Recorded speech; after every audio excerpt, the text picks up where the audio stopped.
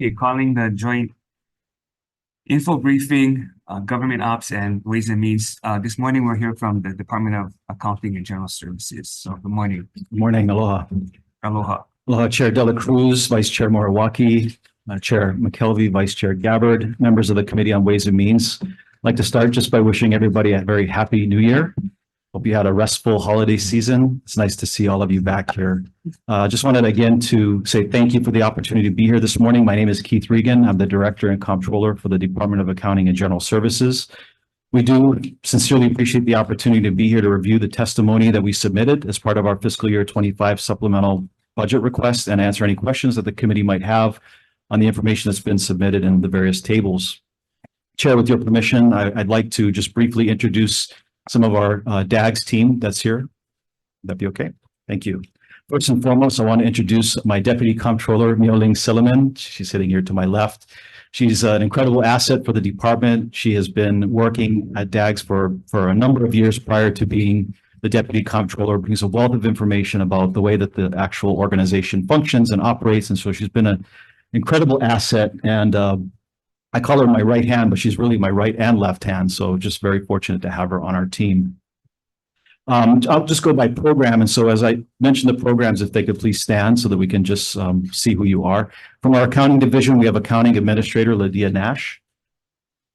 I wanted to mention that Lydia started with in this position in October of 2023. Once our former administrator moved on to a different position. So we're very fortunate to have her on our team. She comes with a lot of experience working within the accounting division. Our audit division and audit administrator, Ron Shigi from AGS 104. Our Office of Information Practices Director, Cheryl Kakazu Park from AGS 105. From AGS 111, our archives division, Dr. Adam Jansen, our state archivist. From AGS 131, our Office of Enterprise Technology Services Chief Information Officer, Doug Murdoch. From AGS 203, Risk Management, our Risk Management Officer, Tracy Kitaoka. From AGS 211, our Land Survey Division, Administrator Reed Sirat. From AGS 221, our Public Works Division, Acting Administrator Gordon Wood. He's acting as of January 1st. You may be aware or may not be aware, but Chris Kinimaka retired after many decades of serving the Department of Accounting and General Services as the Public Works Division Administrator. So big shoes to fill there with that. And we are in the process of recruiting for that position. But in the meantime, Gordon, who actually was Chris's right hand, has stepped into that position as we move forward. AGS 231 Central Services Division Administrator Jimmy James Kurata. He started actually with us in August of 2023. He's been doing a great job. AGS 240, our State Procurement Office, Acting State Procurement Administrator Bonnie Kahakui. AGS 251 Automotive Management Division Administrator Michael Arakaki. And from our district offices, our Hawaii District Office, Acting Administrator Roger Ross. Our Kauai District Office Administrator Eric Agana. And our Maui District Office Administrator, Jeff Pearson. Before I move on, I want to just mention that there was a change in our testimony that I wanted to bring to your attention, Chair, and that is that the Maui office, I think in our testimony, we indicated they had put in 60 hours in support of the work to address the wildfire situation on Maui. That's actually supposed to be 600 hours. So I apologize for that error. We all missed it. And actually, as I was going back and I was thinking, there's no way that Jeff and his team only put in 60 hours. These guys did an incredible job standing up warehouses to support the operations there on Maui in a very, very short time frame. We identified space. They got in there and they did the work so that we could actually start using that to store critical supplies that were coming in and get them out to the people. So I just wanted to thank Jeff for that. And then also, I'd be remiss in not mentioning this, but he and his team were instrumental in getting the Lahaina Comprehensive Health Center up and running so that they could be able to take people who needed help right out there. And that was a huge undertaking because that building needed a lot of help and a lot of work to be done in order to make sure that we could get it utilized. So Jeff and his team really stepped up. And our state archivist, I just want to mention, King Kamehameha III Elementary School burned down. We were aware of that. We were asked by the DOE if we could go in and take a look and send our archivist over there to identify any culturally significant artifacts that could be recovered. And he spent days over there working through the debris field at King Kamehameha III Elementary School, identifying and collecting artifacts and bringing them back so that we can preserve them and then return them eventually to the new King Kamehameha Elementary School, King Kamehameha III Elementary School. So just wanted to mention that. Moving on, our Campaign Spending Commission Executive Director, Kristen Izumini Tao, that's AGS 871. From Office of Elections, Chief Elections Officer Scott Nago, AGS 879. From AGS 881, the State Foundation on Culture and the Arts, Executive Director Karen Ewald. And from AGS 891, the Enhanced 911 Board, Executive Director Royce Murakami. From AGS 901, which is the Comptroller's Office, we have Tony Benabisi, our Planning and Policy Analyst. We have Cassandra Toyofuku, our Acting Business Management Officer, as well as our Management Analyst, Miyoki Ng and Andrew Choi. And from our Personnel Office, we have our Human Resource Officer, Daylene Liu. And from our Systems and Procedures Office, we have Derek Sodetani. So I know there's a lot of people to introduce, but that just kind of gives you an idea of the broad range of services that DAGS provides. We have attached agencies, we have divisions that are part of DAGS. Actually, there's 8 divisions, 3 neighbor island district offices, and 11 attached agencies and programs.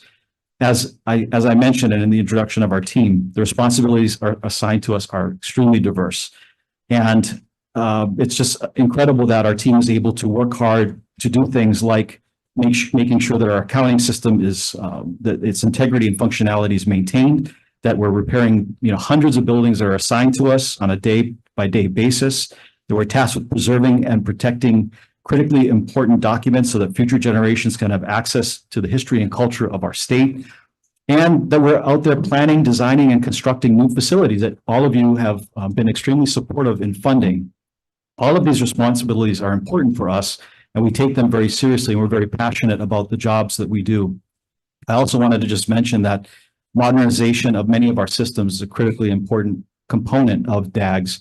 And we're very fortunate that our Chief Information Officer, Doug Murdoch, has been a proponent of modernization and has really stepped up to help make sure that the systems that are antiquated and that need to be modernized are in fact on the radar of ETS and are getting addressed. In our budget request, you'll see that one of those items is the enterprise financial system. That's a huge project for us. It's something that we're very concerned about. It is in the CIP budget. It was placed in there for approximately $5 million. I can tell you that it's not going to cost $5 million to do that project. It's probably going to cost more like $60 million. In fact, all of the analysis and research that we've done indicates that we're going to need a $60 million CIP appropriation in order to get that project across the finish line. There will be according to the Director of Budget and Finance, Louis Salaveria, there will be a governor's message that will come down that will ask for your consideration in addressing that and incorporating that request into the CIP budget.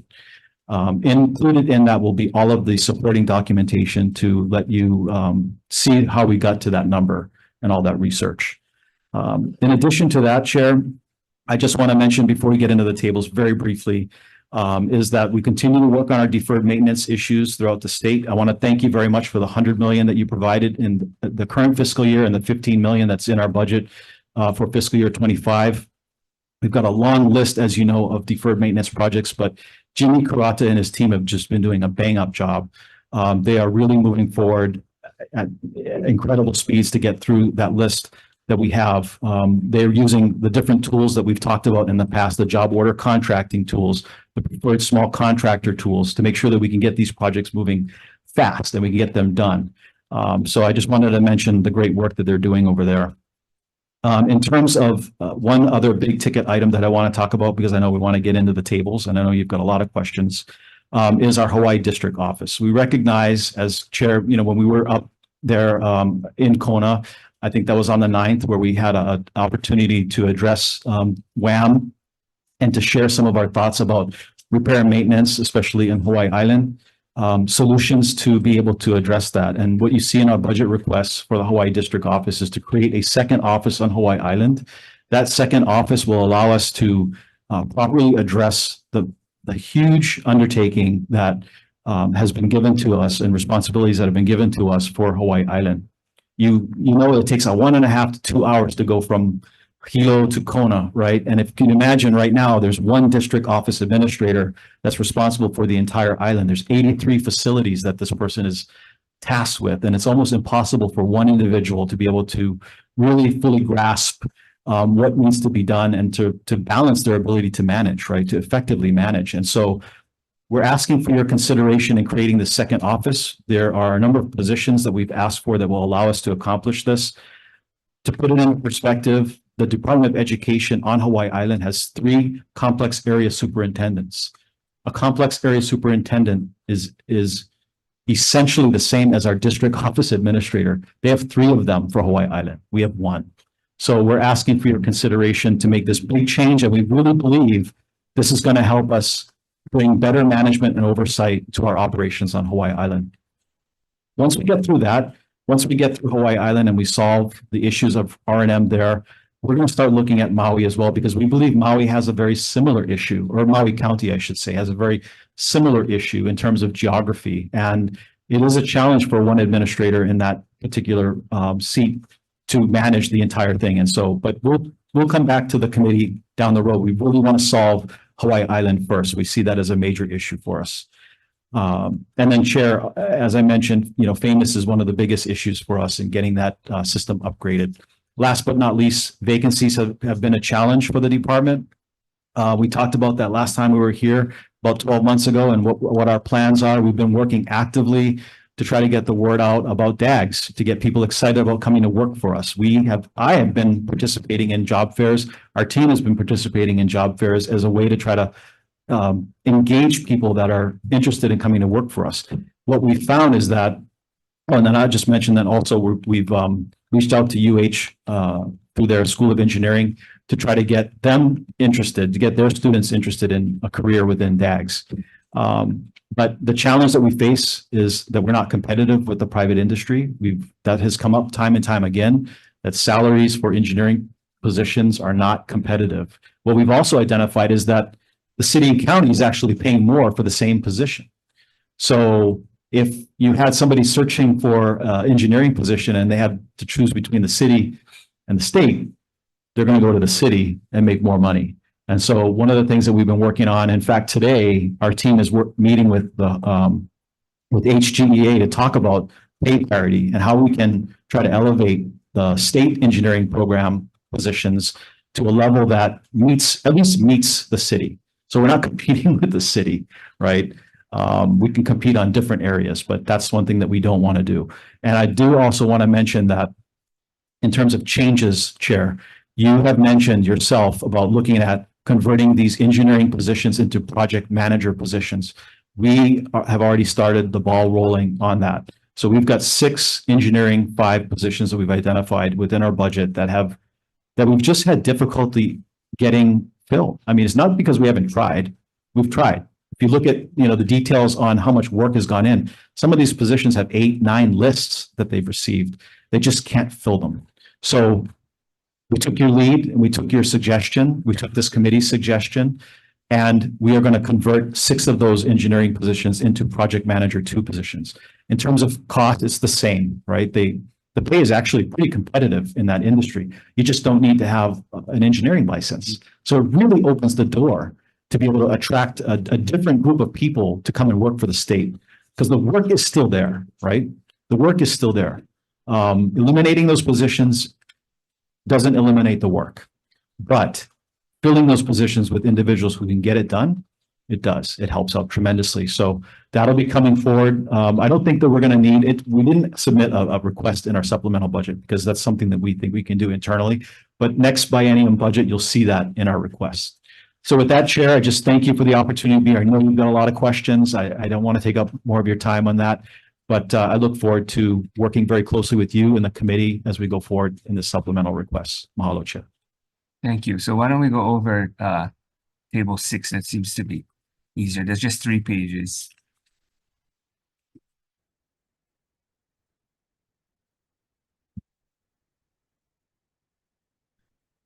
For us, it's 121, page 120. Sorry, I got to take off my glasses so I can read. It's like extremely tiny print, but yeah, certainly, Chair. So You just want to go over Yeah. all the items? Sure. Okay, so the first item that we're asking for is $150,000. This is going to allow us to contract with a vendor to help us support a lot of the work that goes behind the different GASB, the Government Accounting Standards Board announcements that come out from them on a periodic basis. Right now, we're dealing with two pronouncements that are causing us I wouldn't say grief, but it's just a lot of extra work. GASB 87, which is the requirement to capture and report on leases in a very specific way. And then GASB 96, which is our, you've heard this probably before, but SPIDA, which is subscription-based information technology arrangements. It's things like, our Microsoft licenses or, Dropbox licenses, those kind of things, right, that need to be captured. But there's a lot of work that goes into that. And so this $150,000 is going to allow us to have and get resources to be able to work through some of those things. Would you like me to pause after each one just for questions or? Keep going. Okay, very good. Thank you. They'll notify. Okay, the 1.6 million that you see in the next request is, again, it's just to help us with some of the work that's going on with the enterprise financial system project. Our accounting division is going to be playing an instrumental role in making sure that that project moves forward. And so we're going to need some staff augmentation as part of that process and some support from outside vendors, specifically so that we can free up some of those subject matter experts that are within the accounting division. And so these funds are critical for us. They go hand in hand with the EFS project, but these are funds that are going to allow us to free up a lot of those subject matter experts that are within the department so that they can go ahead and spend the time and focus on that critical project as we move forward. What is this 1.6 million for? Is that for staffing or is that contracting? Staff augmentation through contracting. To Yeah. staff. Yeah. How much is spent so far on the project? On the project itself, you're talking about like prior to restart or? The total EFS. project. When did the EFS project start? Yeah, so the last time that the project started, it was back in, I believe, 2020 is when the department wanted to move forward and they were using the CSFRF funds, right, to be able to do that. Back in, I want to say, March of 2023, we actually stopped that project because we identified a number of deficiencies within the project. I don't know in terms of the total dollar amount. I want to say it was something like.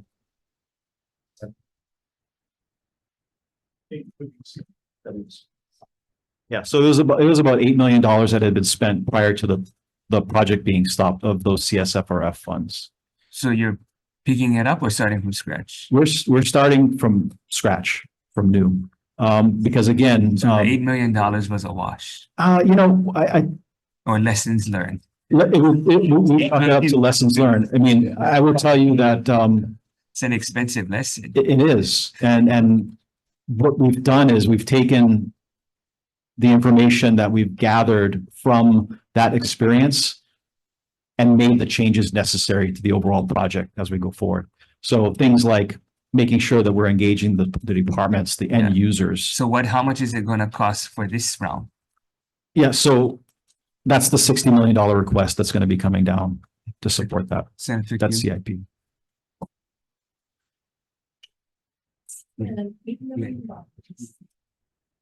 The mic. How can we spend $8 million of people's hard-earned tax dollars if it was your money? Somebody be fired. Somebody be fired. And then you got nothing. You start from scratch. And you don't realize this until what? A year, 2 years into spending the money and paying it out? This sounds like the Hawaiian Air maintenance facility that we had. Somebody messed up. Who? I mean, what? Well, You guys going to be held accountable. thank you for that question, Senator. I will tell you that when I started this job, which was December 5th, 2022, one of the things that we started looking at was that particular project because it was not moving forward the way that we felt that it should. Okay, but you're new, but a lot of your people aren't. A lot of the people that worked on this aren't new, right? I That's- hate that when people come in and say, we're new, but the people that did the projects, what aren't new, I understand. okay? So, Would you like me to bring up the chief information officer to have him Yeah. perhaps provide some insight? Because he was here during that be held project, so. accountable. And we don't hold enough people accountable in state government as we spend the people's money willy-nilly. $8 million, come on. Perhaps, Doug, if you'd like to maybe join me here. So this is Doug Murdoch. He's our chief information officer. We have a bunch of internal controls that we put on all the systems that are being developed. Some of them are the IV&V vendors who give us reports on the project. Others are, tracking cost, schedule, and performance. When the vendor told us they couldn't meet cost, schedule, or performance parameters of the contract, then we tried to negotiate an amicable solution to that, but in the end, we determined we couldn't successfully implement the project. So the executive committee, which included me and Keith and Louis Salveria, decided to cancel the contract and start over. So we do have work product that we got. It wasn't $8 million completely wasted. We have plans and things that we got from the initial vendor. But essentially, we fired the vendor, who was not successfully implementing the project. So how do we not vet these people? How do we not vet the projects? How do we not do that? I mean, you folks have supposedly the people, the engineers to do this. I mean, is it because we've got people on telework? Is it because, I mean, what's the problem? Not telework, I think. Well, everybody was teleworking at the time this project started because it was during the pandemic. But and that was a factor, perhaps, that everybody wasn't as guess focused as they could have been. Maybe 500,000. Did anybody say, is it moving in the right direction? At 1 million, did anybody say, is it moving? At 1.5 million, I mean, why does it have to wait till 8 million for somebody to say, hey, I don't think this is moving in the right direction. So that's the kind of the concern. When do we stop the bleeding? We had regular discussions on stopping the project earlier, and generally the executive committee decided at the time to continue and try and fix what was going wrong. But in the end, the committee decided to press forward and try and be successful. But we've had other projects in the state that have gone years and years and years and failed at much higher. That doesn't mean it makes it okay. Yeah. No, I agree. And that's why we have these controls in place. What And controls? You have no controls. Obviously, if $8 million went down the drain, can you give us a timeline as to when you folks started thinking about that this is a problem? After what part? What made you do that, and how long you allow this to go on? Do you have minutes from the executive committee meeting? we don't have minutes from the executive committee meeting, but I think we can go by the IV&V reports and we can tell you where the problems were. Because now you want us to entrust you with $60 million. And at what point is the $60 million you're going to tell us things aren't working? Because then you'll be out of position where somebody taking your place telling, oh, we're new. I've been here over 20 years in the Senate. I've heard all the excuses. I've seen all these waste that goes on. That's why it frustrates me so much. We did do reference checks and things on this vendor. Things happened within the vendor's ownership and things. Is there any way to get part of the 8 million back? Yeah, contract. There's not. So when the vendor comes in, you guys don't ask for any kind of the security, so that when this is taxpayers' money, you guys understand that. So when we do something small, we all oversee civil beat. This is $8 million, not $380. You know what I mean? So who's going to be accountable if these guys? So the parameters you should be putting in is your vendors don't put up, they bring back the money. That's when you should do that. If they don't fulfill their obligation, then we get back to 8 million. You're supposed to post a bond, surety bond or some kind of bond with a contract. Yeah, the airports have that. They did, and They did. And what? the decision of the executive committee was to do a termination for convenience on the contract and not a termination for cause, because there were things on the government side that also didn't go well. Like what? I think that there were not enough government staff people with sufficient knowledge to help the contractor move forward on the contract. So how? But all of those things have been addressed, and that's why we're ready to move forward. We have identified those areas where we were deficient. Doug has an entire team now that's dedicated to organizational change management. He's got 2 individuals that he's brought on. Heard this before from the other administration. I- So I'm this- just saying, Well, I hear it you say- reminds me, it sounds like tax modernization almost, you know, where we spend millions of bucks and exactly. still going But- through it. And I think that, let me just say this.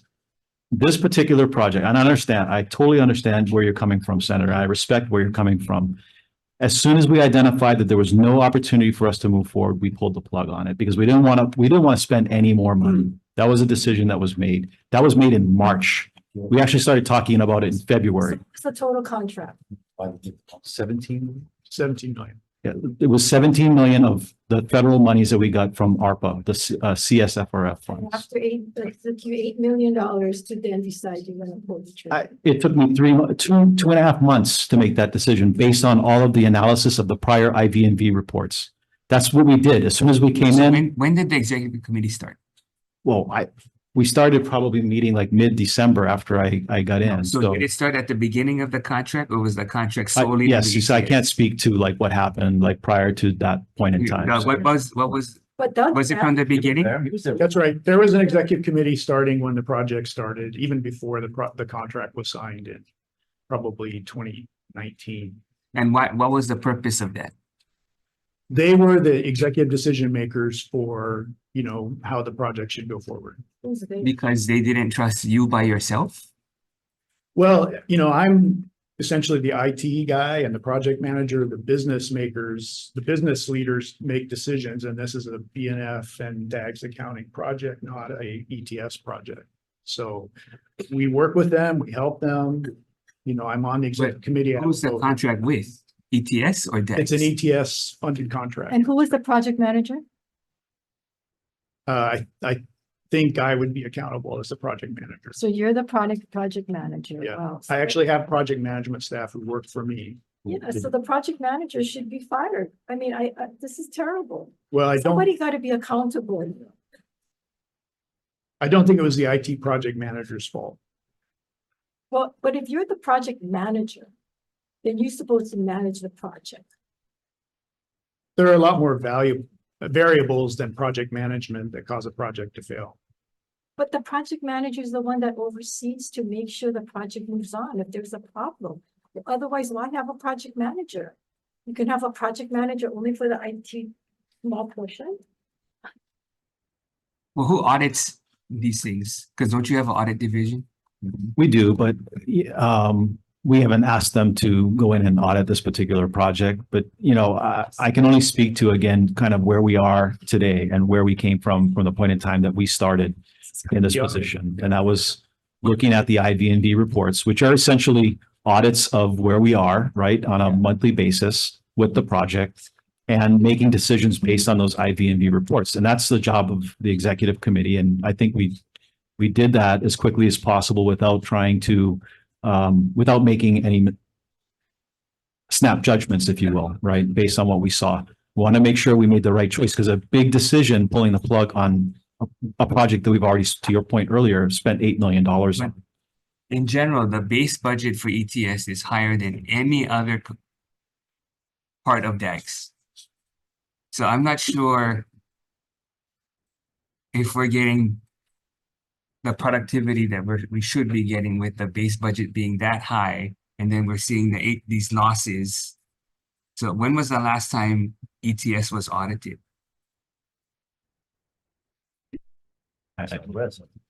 We can find out for you, Chair.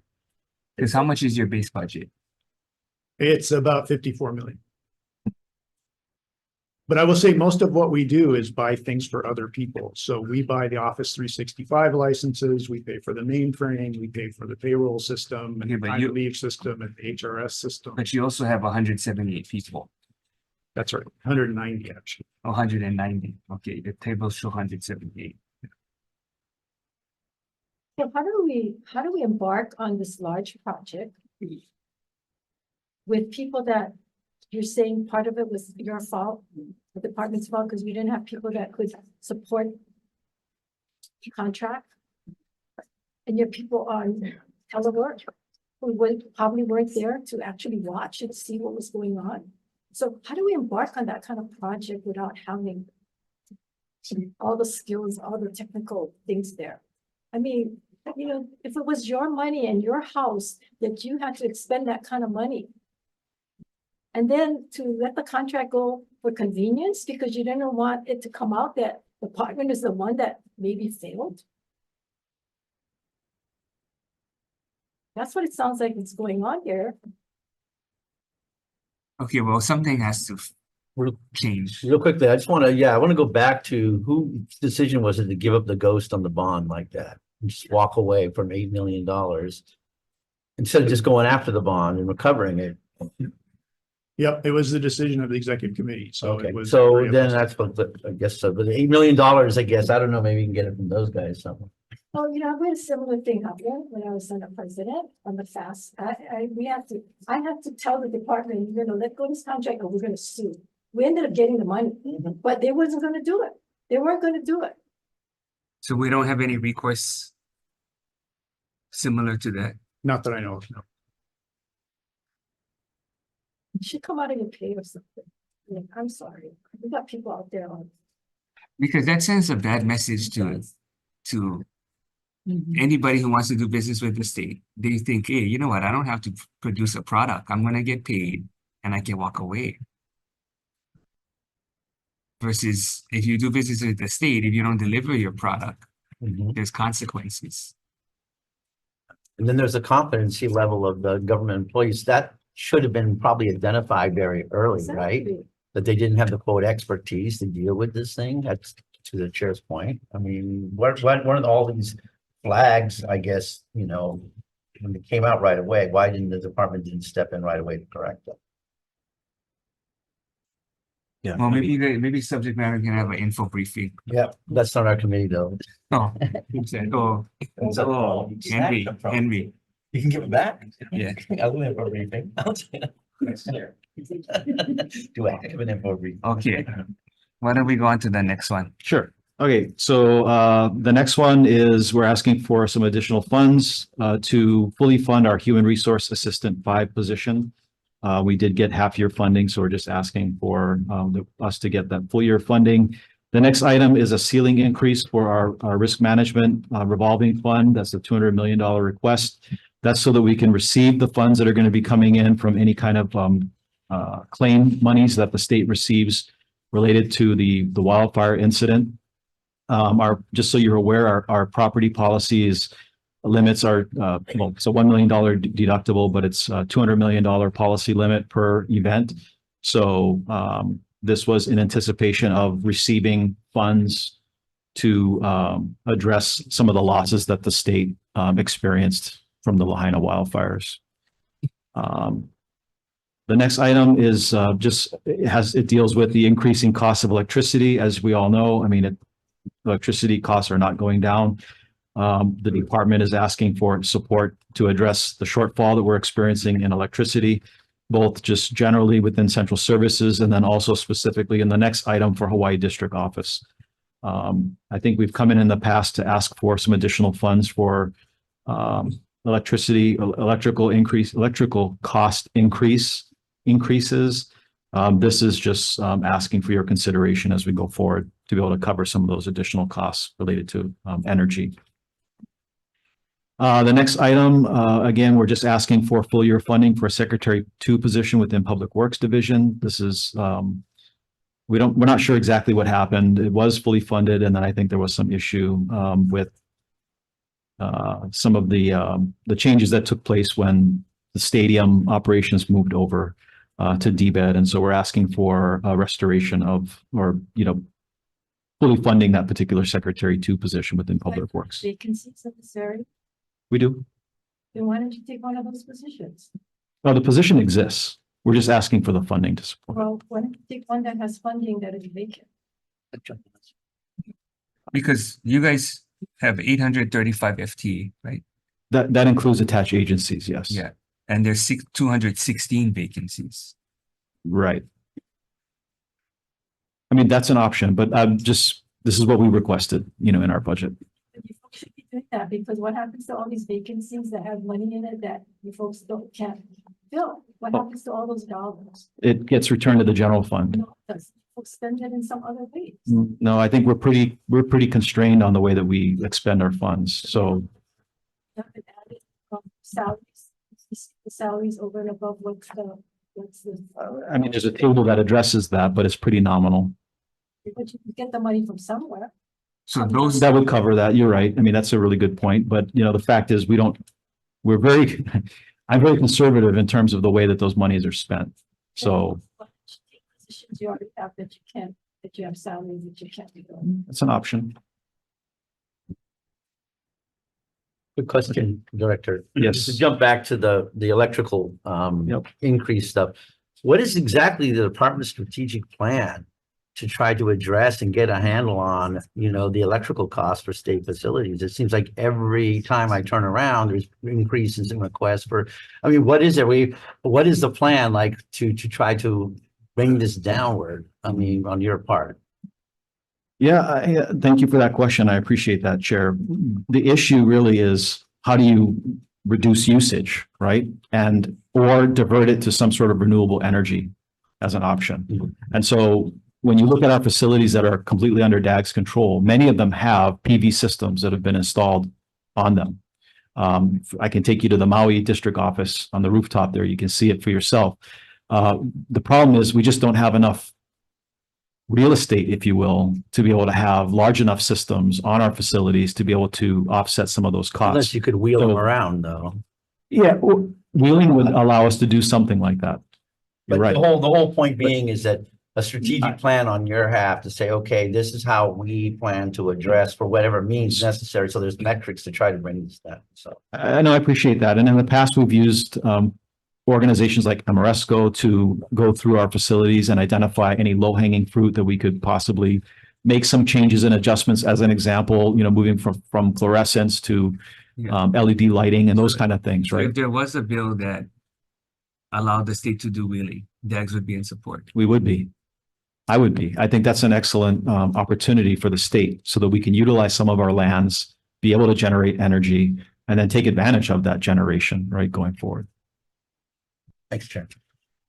Okay, next. Okay, so sorry, let me just get back to this. Okay, so the next item, we're just asking to convert some temporary positions within the E911 system into permanent positions. So the current positions, which includes, I think, the executive director and an administrative assistant, are temporary.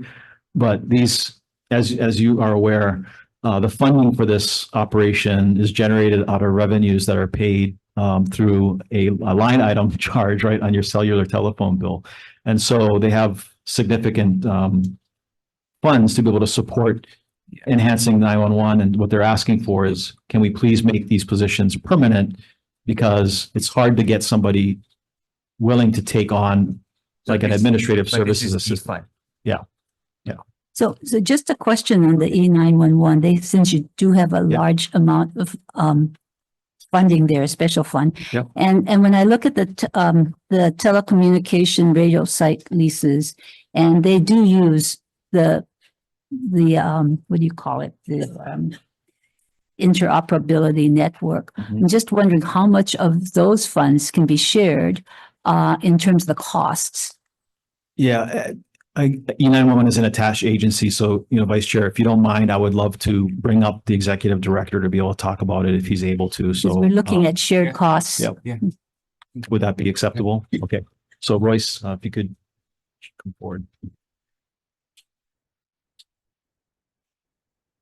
You just state your name. So I'm the executive director, Royce Murtaugh.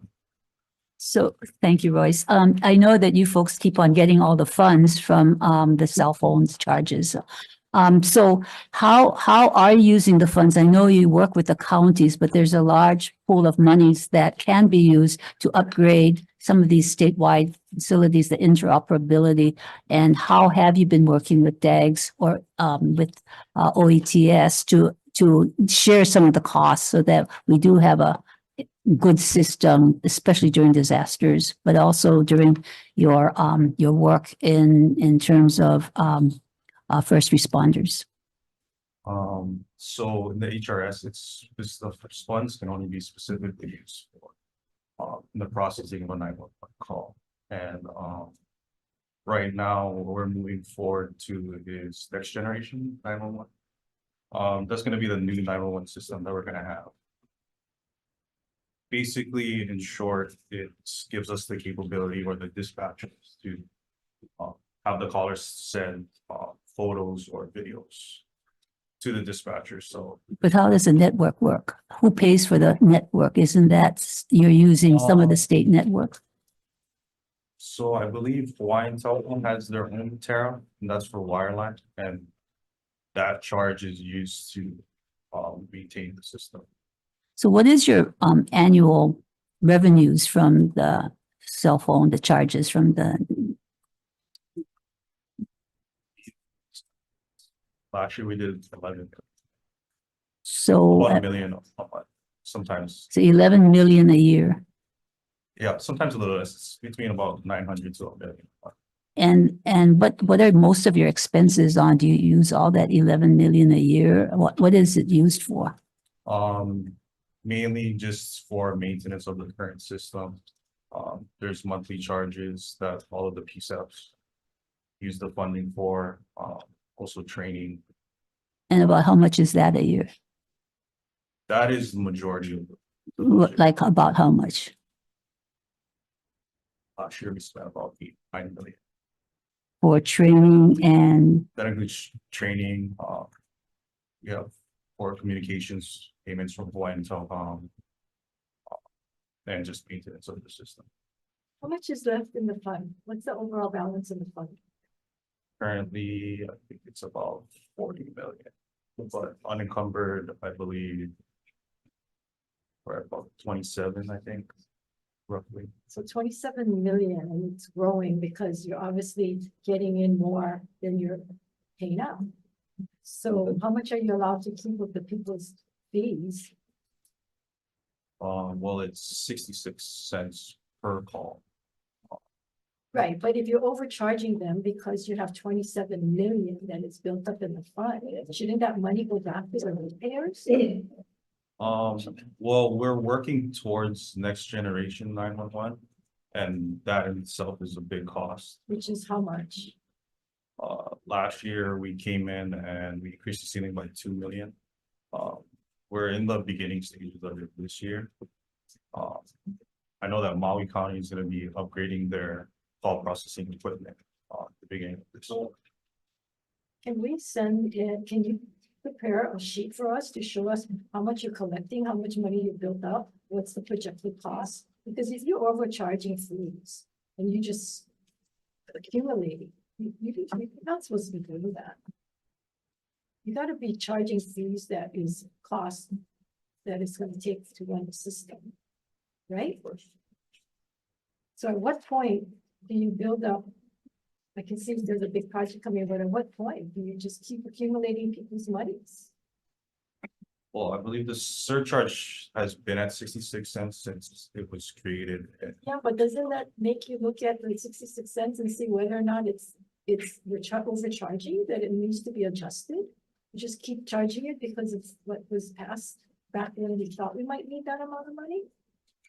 You guys gotta do some kind of analysis. Well, I think currently the way with next trend it's coming out. Show us your analysis. Show us your analysis and the justification for continuing to collect 66 cents. and could you give us a plan if in fact you're upgrading, what are you doing and why are you doing it? Some plan of, so this is how we're going to use the funds so that we know what you're doing. Because you're still using funds that are collected on behalf of the state. Thank you.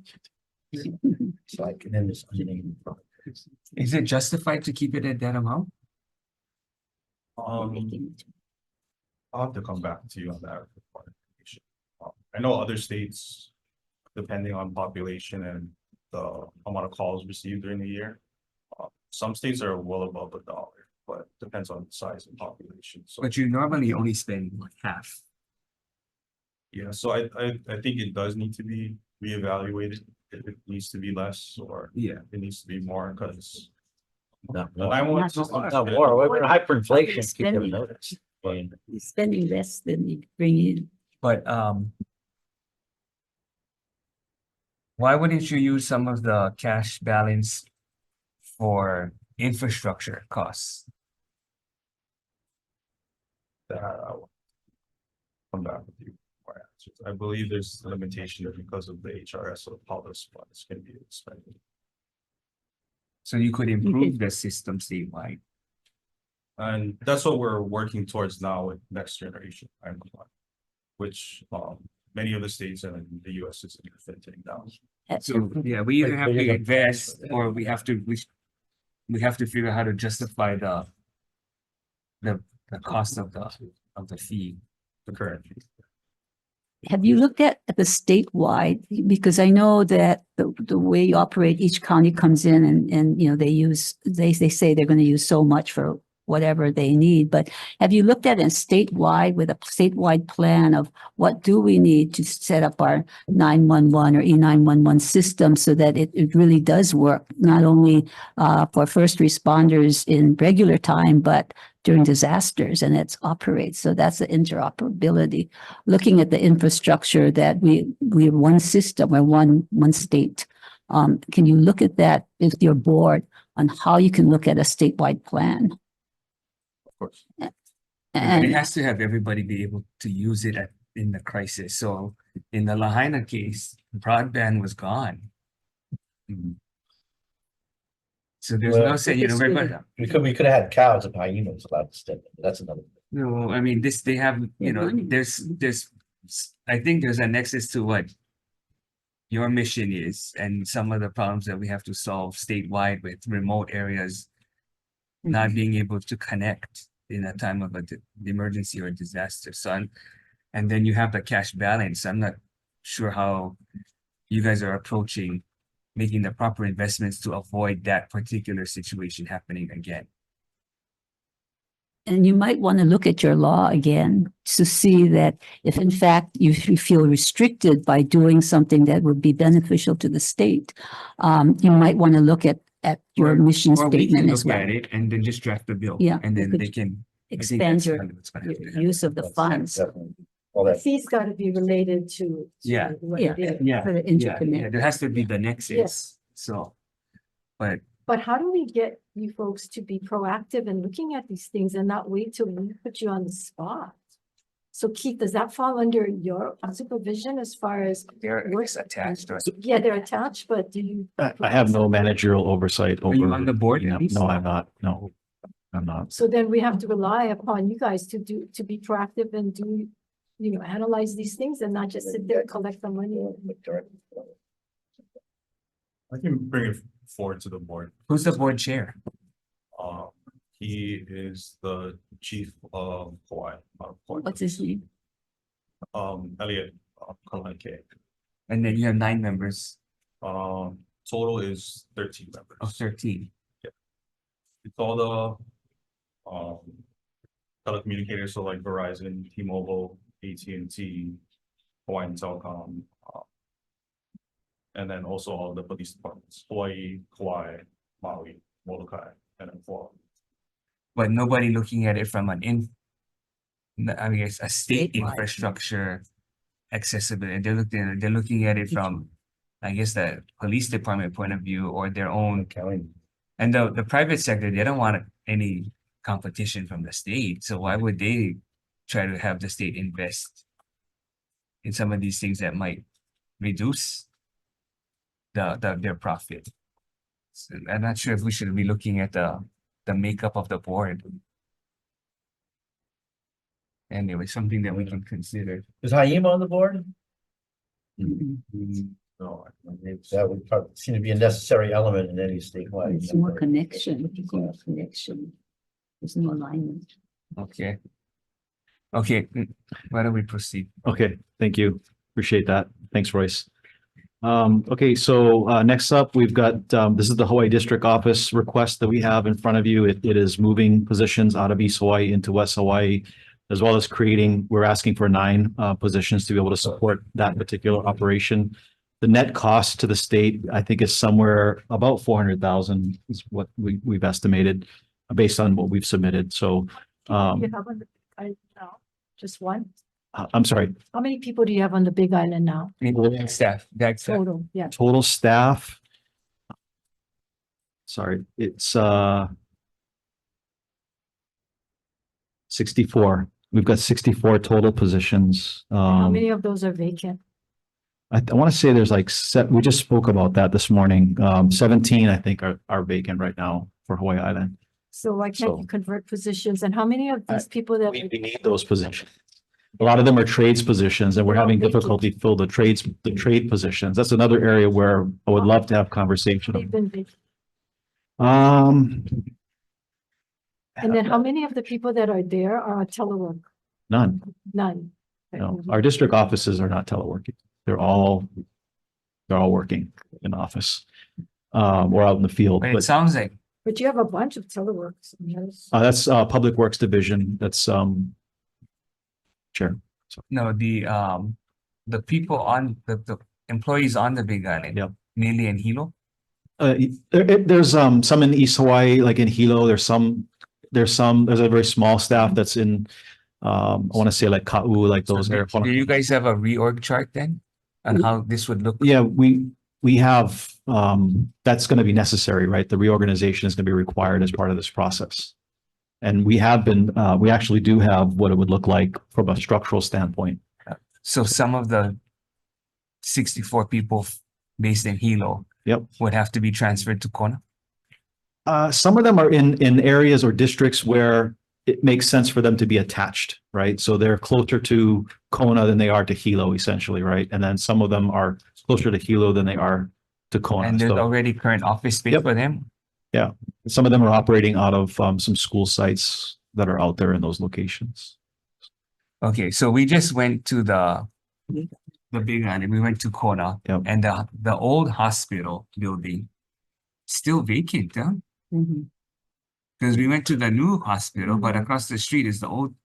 And we talked about that like, I don't know, 6 years ago. Yeah. And still Yes. vacant. Mm. So what's the deal with that? I'll take a look at that. I'm not Exactly. very familiar with that particular facility, but in terms of, you're talking about just being able to utilize it for, Well- we have a base yard. The thing is, we do have a base yard in No, Kona. but DAGS controls the building. And so when we went there, DAGS showed us the building and there was supposed to be some movement from, I think, lease space in Kona to move up into the state There's a building. partnership with DOH too, I see. but that never happened. Yeah, so Was That's that, the previous director, Okay. but it's something that we gotta follow up. I on. appreciate that. And I'm certainly willing to explore whatever opportunities might be out there for us. but it looked like it was just sitting there when we drove past it. And for clarity, that's the old Kona Kona courthouse. Hospital. Or Oh, Kona, courthouse. it's right across the. Okay, I thought you said Oh, hospital. it was an old hospital way before the courthouse. Yeah, Maybe you can look at all the state offices that are teleworking and they don't need the space anymore. So it was a vote for that several years ago. frankly, I think that should be part of the telework policy. Is that if you're going to Did telework, you there tell should be the some theater adjustment. director? Because she doesn't seem to want to react to it, the concerns of the other departments. Yeah, I can't speak to that. So. But just to follow on that there was a couple years ago, we passed a bill Yep. that you're supposed to reduce the lease Yep. space and bring them back into right. buildings. So like these vacant buildings should really be looked at. And those that are teleworking, that's a question I would have is, are you working with, I don't know, HRD to look at how do you reconfigure the space if in fact, I know like your shop, OETS, a lot of them are teleworking. So how do you reconfigure for teleworking spaces? And that in Yeah. fact is an incentive to have people That's why you I'm know, come surprised back the on theater board. director didn't work with you on coming up with hoteling. Mhm. So as they start to do the telework, there has to be some new Just, yeah. paradigm on space. You know, Just but be why empty. why is DHERD working in a vacuum? So can you, I like the idea of hoteling. I think it should be incorporated into the so the can you guidance. look at and that because it is under your control. Yeah, So- but so you're the law- DAGS yeah. director, you know. Yeah, I know. the law right now says. But I'm not the DHHL director. Hey, No, but you are in charge of space. And I really don't want to have that responsibility. So I'll give you the act. You're in charge of Yeah, no, space. no, I'm familiar with that. In fact, So look in at fact, that. since the act was implemented, we've reduced our overall leasing footprint by 4%, more than 4%, almost 5%. So we've done a pretty good job trying to get that done, but there's more work to be done.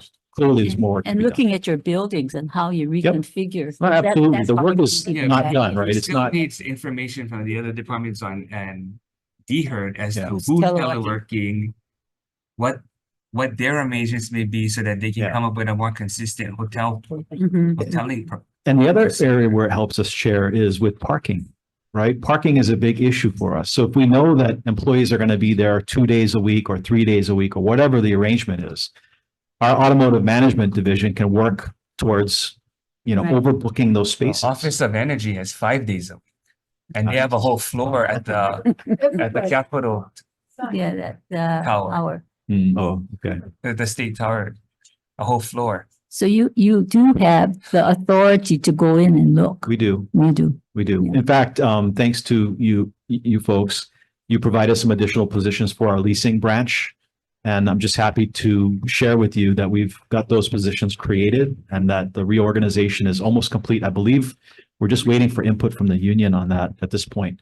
So, and that is going to be their task, right? Is to continue to work on space management, space maximization, ensuring that we're using whatever we have in the most efficient way to get to that 10% reduction that was in that statute. So they are going to go to And all- beyond, hopefully all of beyond. our own office spaces Yes. to look at the use and Yep. teleworking, so we could at least have some more information on Yeah, what's happening.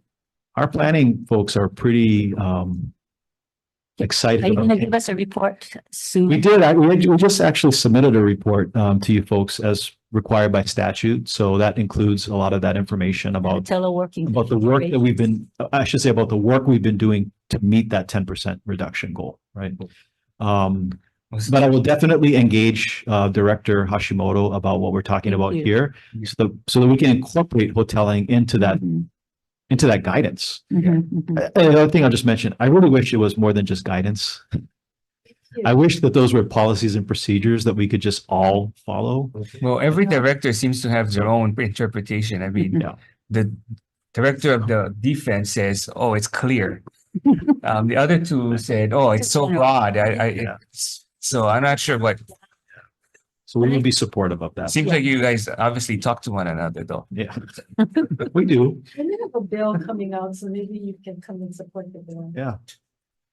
Okay, what Because do we? it's a great, just really quick, because teleworking, I know it's a big transition, a big change for the state, right? But it is another benefit, right? People are looking for that, looking No, for it should be salary. done right. That's If it's we done need properly. accountability. We Yeah, need to ensure done. productivity. But Absolutely. there's need consistency. You need training, and that doesn't seem to be the case at all. Some Need supervisors clear- are not trained Clear to policies. and supervise someone else to telework because they haven't gotten the training. But then we don't have the eyes and ears there when the public calls for one, they don't get, good service, one. Two, supervision over projects, as we heard, maybe due to some of these, Yeah. working, they're not there to actually see things going on. You might be calling on the phone, but you don't actually see what's happening. So those are all the concerns. Appreciate that, Senator. Thank you. Okay, so beyond the district office, which by the way, as I mentioned in my opening comments, is a very important request for us because we Yeah. really believe that that's going to help us address a lot of the shortfalls that we've been Okay, we got experiencing. it. We got it. And that's why the majority leader walked in the room. Right on. Thank you very much, Majority Leader. Appreciate that. The next, so that's like, there's 6 of those items, right? Yeah. That are there, and I'm not going to Yeah, belabor it, you but can you move see it. on from that. So the next item is the 275,000 we're requesting for the government private cloud hybrid upgrade. So I don't know if you have specific questions about that. Doug is here, our CIO, and he can walk through any specific questions that you have. But again, it's just What's the total cost of that? This is in addition to it? That's the total cost. It's addition. So what's the total cost? bring up the Chief Information Officer. The total cost of the government private cloud is, I think, 1.2 million, if this amount was added in. So it's essentially the same as like a Microsoft Cloud or an Oracle Cloud, but it's one that we run as ETS on our own machinery so that we can put certain critical workloads on there and not put them out in the Okay. public cloud. And where is the machinery? One's in Kanimoku still, one's at UH, and one's at DR Fortress. So this part of this money is to move a portion of that into public cloud. Okay. I mean, Kalani is not, yeah, it's just substandard for what you're trying to accomplish. You're in the That's flood, right. you're in the flood, I mean, your floor floods. We don't, yeah, yesterday was scary. We don't put any critical infrastructure in the Kalani data center anymore. So anything that's in there is a backup or, auxiliary. See, that $8 million could have went to buy a building for you somewhere else, and then, I agree with you there. It was a good idea. Are okay. you decommissioning all of the storage there in Kalani and what is the timeline on that? Kalani is Is that- essentially decommissioned already. Oh, so what So is it's just a the backup. movement? Oh, it's just. a Yeah, it's either in the backup. cloud or it's in Right. Fortress. So it's gonna stay there or you moving it out? We're compressing everything into one little small. No, until Place. until we can come up with a plan for a new headquarters or Yeah. location. Right. This is kind of band-aiding until they can come up with a more permanent home. Keith and I have talked about taking some of the space and building hoteling desks into that area. Yeah. So I think we had some CIP recommendations, but that aren't in the governor's budget to renovate that space. Okay, You might as well stay, Doug, because the next item. ETS. The next item is we're asking for funding for telecommunications radio site leases, maintenance and operations of 470,000. Doug wants to provide some insight on that. I want to ask. We do have land mobile radio sites all over the islands. Okay, so how is this connected to The email. E911? How does it all? They aren't connected. So E911 is a public cell phone service. So the land mobile radios are handsets that are used by usually first responders and they carry them with them. Yeah, safety first net. Yeah, it's similar to FirstNet, but probably more reliable and has more, So 470 is in addition to? Right, we lease a lot of the land that the towers sit on, and so these are for lease increases that we need to pay. Okay, next. And then there's some conversion of temporary positions to You can- permanent you can positions. skip those. Okay. And that's it. For table 6. Okay, members. Questions on any of the tables? I know that there were some vacancy questions. Table 11, Yeah. vacancy. Go ahead. So Keith, I'm Yep. looking at all of these fill dates, and I don't know if you've been watching all the hearings, but how realistic are your fill dates? Because there's so many of these that looks like you're supposed to fill, have already filled, or filled by February. Yeah, I mean, thank you very much. I appreciate that question, Senator. The one thing that I've asked our team to do when we created these tables was exactly to your point, give me a realistic expected fill date, right? Because it's one thing to put, 120, 24 down the list, but it's another thing to actually really consider what is it going to take for our HRO, who's sitting right here, who has limited staff to be able to process all of these requests. And get the information that we need or the lists from DHHL in a timely manner, right? So they've done a pretty good job, of estimating when they think they're going to get a list and hopefully be able to interview. There are some that definitely, there's no way, like, as an example, the accountant 5, we're not going to fill it by 1/1. That's already come and gone already. So then In you terms of that just date. said it's a pretty good job But- at the realistic list. This isn't a pretty good job at all. Well, I mean, that's, you have 2/1/2024. You have 2/16/2024. You have 1/19/2024. Yeah, and I So- go on and on. No, I understand that, 2024. Senator. So to me, the majority of this is, But- the dates are bogus. but when this was created back in October. So I think that's the one thing we really got to take into consideration. We didn't just make this in December. This I was, understand. and that list that was created back in October was generated probably back in, September or, started in July, and they're Understand. looking forward to But that. you've So got like 30% of this list starting in January, another 30% starting in February and March. Well- So you're telling me back then, you figured you guys gonna get that many people, you're gonna be able to fill all at the same Based on- time?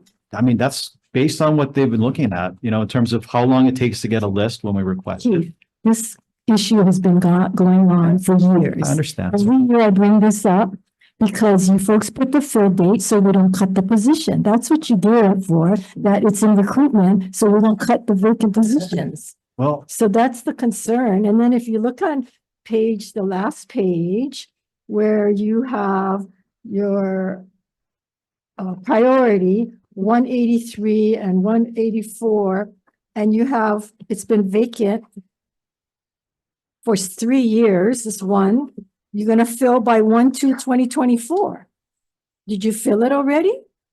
General, professional, 5, 183 priority. so Senator, that's in the Office of Elections. Okay, So so those Office- positions, are cyclical in nature. I would ask Scott to come forward if you would like to ask specific questions Well, about at that. this point, I'm not gonna belabor it, but But- if your priority is 100 something and you're supposed to have filled it by 1/2, and yet you have all these positions that your priority is much lower, and you Yeah. folks put these dates on that have no bearing at this point, so we don't believe it I anymore. do want to give you just a really quick, so I'm just looking at the accountant 5, right? The accountant 5 position is the second item on the list. It said that we were going to try to fill it by January 1st, 2024. On December 4th, 2023, we actually got a list of applicants that we reached out to get interviews, to ask them to come and interview and apply and hopefully take that position if they met all of the qualifications that the interview panel felt that they could. So I'm just going to give you a quick example. We got a list of 7 applicants. 2 of those applicants responded to our request. 2 of them were interviewed. We offered the position to one of those 2 individuals, and then they did on January 2nd, we made that offer, January 2nd. So that's pretty close to January 1st. January 2nd, we made the offer and they refused the offer. So now we're back to the drawing board to get another list. So No, I just wanted to share with you, we're not just sitting on our laurels. We're not, I understand, that's one position. and yet- I can go through almost all of them. Yes, and you have to factor that in. Right? I mean, you're supposed understand. to have to factor that in. I mean, you have all these vacancies that's been sitting there. I know you want to fill it by these dates, but are they realistic? Yeah, Well, we had this conversation before. Yeah. Remember when we were talking story, I was Yeah. like, you can see that this is so the question is, what do you within your department are planning to do to shore it up? We discussed 89-day hires. Yep, we're doing that. Shortfall. We looked at possibly, maybe it's a reach. There could be possible federal funds to offset positional needs related to the disasters. I mean, things like that. What are you going to do to actually, and then of course, I'm glad that my colleague from Kona's side is here because you build it, either use the existing building and create a new facility for DAGs on West Hawaii, but are you going to have enough people to actually fill it, right? Yeah, you're not the only department. I mean, Department of Ag has 1/3 of the entire department vacant, 1/3. yeah, we're 24%. So So I'm not sure what DHRD is doing though, because when Eugene presented the economic forecast, he said the industry that's going to be the hardest to fill is going to be government. Yeah. So we know that that's what's happening, but yet we're just doing the same old, even though we know that that's going to be a crisis. I understand, Chair. One of the things that, and I appreciate Chair McKelvey bringing this up.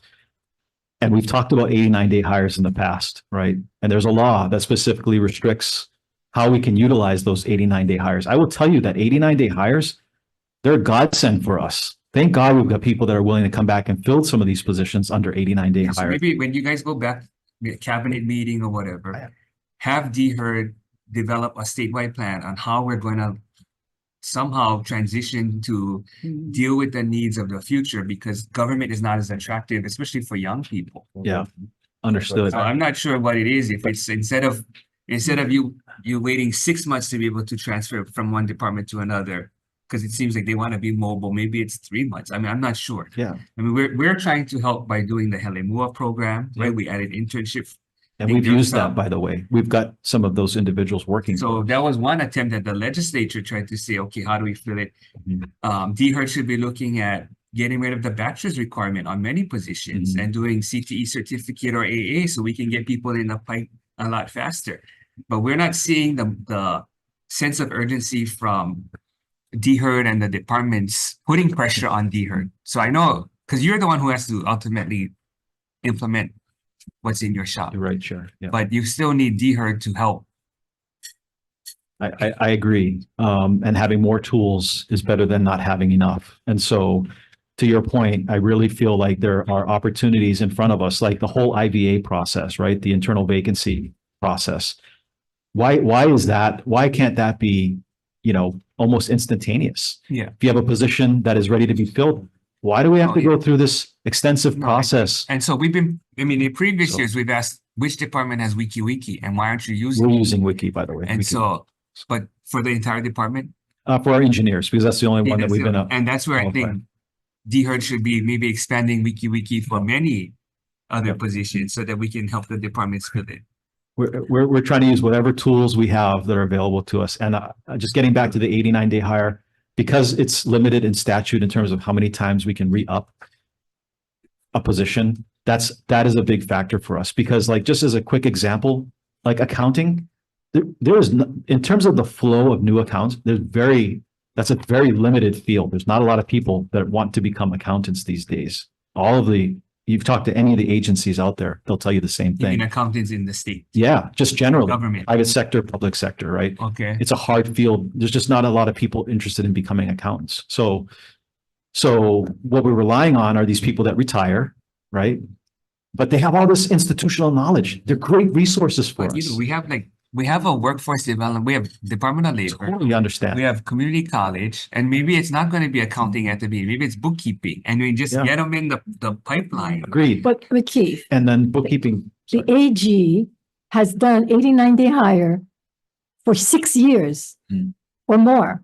They've got instances I can show you that they kept, and we've gone after them. So when you're telling me you can, I don't know what you're saying, how many times you can, I'm not telling you to do I think it's 6 like years of 89-day 8. hires, but there are areas in which you can do that. But can you tell us whether or not there is a concerted effort by a lot of departments to actually keep vacancies so that they can take the savings from vacancies to use for current expenses or use to bolster up other salaries? I can only speak to my department, and I will tell you that we have jobs that need to be done. No, We have I understand. deadlines that are going to be met, and so we're not doing that. I don't know what other departments are doing.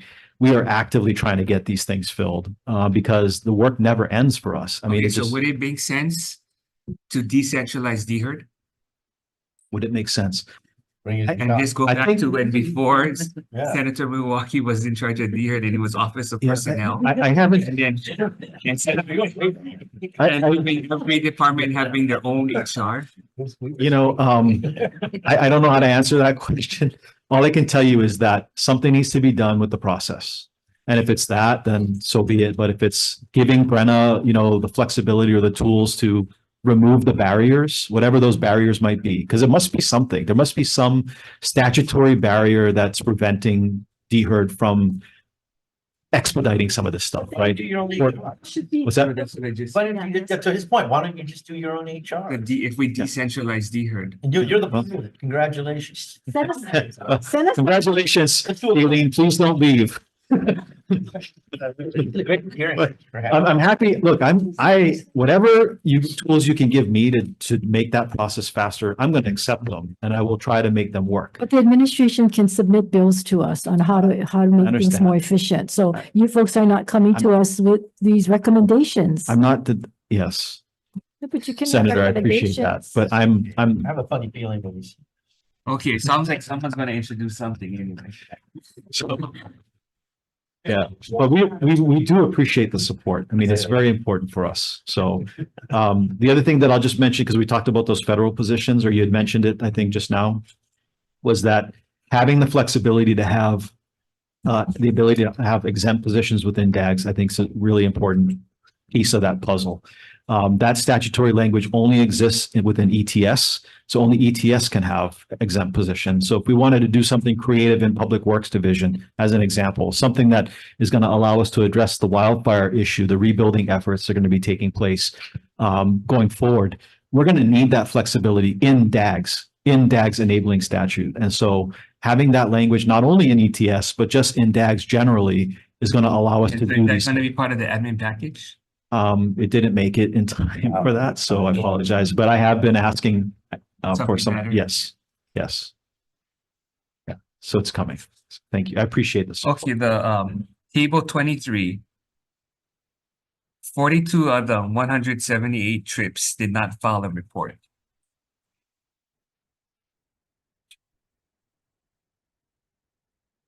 So I'm not sure if you can develop a policy that there should be some type of travel report Yeah, of state benefit.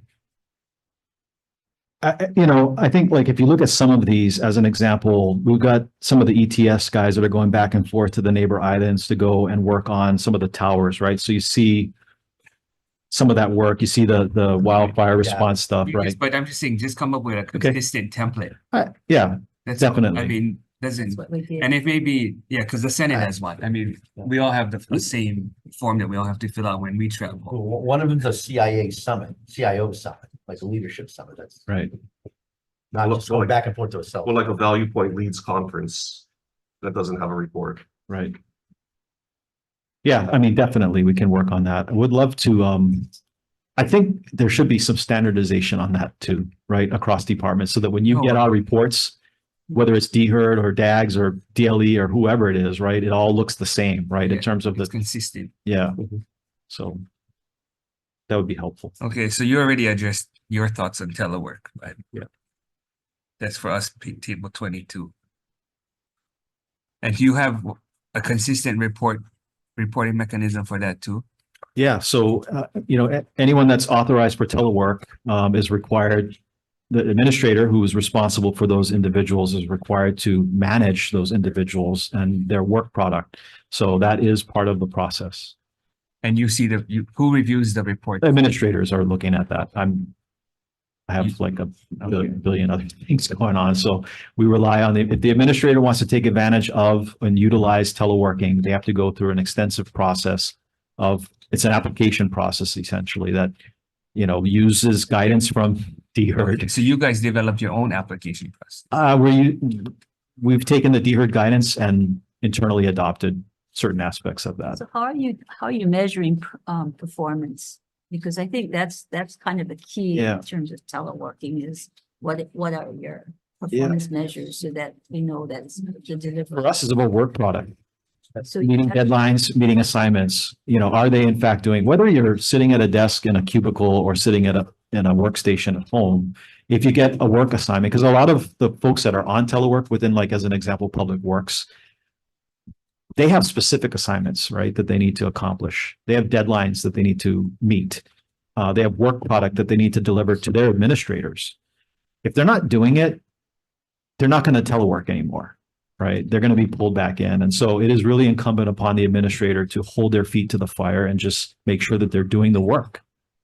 So do you have an annual review? I guess we're looking at some kind of consistent practice or procedure so that you've got a telework coordinator, somebody monitoring it at least once a year, getting reports so that we know that once this gets standing up so that it's across the board consistent. And that's what the chair is concerned about. It's not standard. Yeah. We've looked at things like, they have like software programs that, measure clicks or mouse movement or keystrokes. And unfortunately, there's always people that try to get around that kind of stuff, right? They create devices that so it's not a good gauge from our perspective. But what is a good gauge is whether or not they're getting the work done. And what I'm showing you here is a binder of reports that I get from Public Works Division on all of the activities that are going on. So I get a report from them almost on a weekly basis that I look at. As the director, I look at it. And then if I've got questions, I'll reach out to, it was Chris, but now I reach out to Gordon and I ask, hey, what's going on? Wai'ua Civic Center. good example, Kaneohe Civic Center. What's going on with these projects? Why am I seeing, certain things in the report, right? And that's how I manage, right? I'm very active and I'm very aware of what's happening within our department. Our administrators are the same way because they know that our eyes are on it. And so they can't afford to have someone who's on telework for 2 days a week not producing.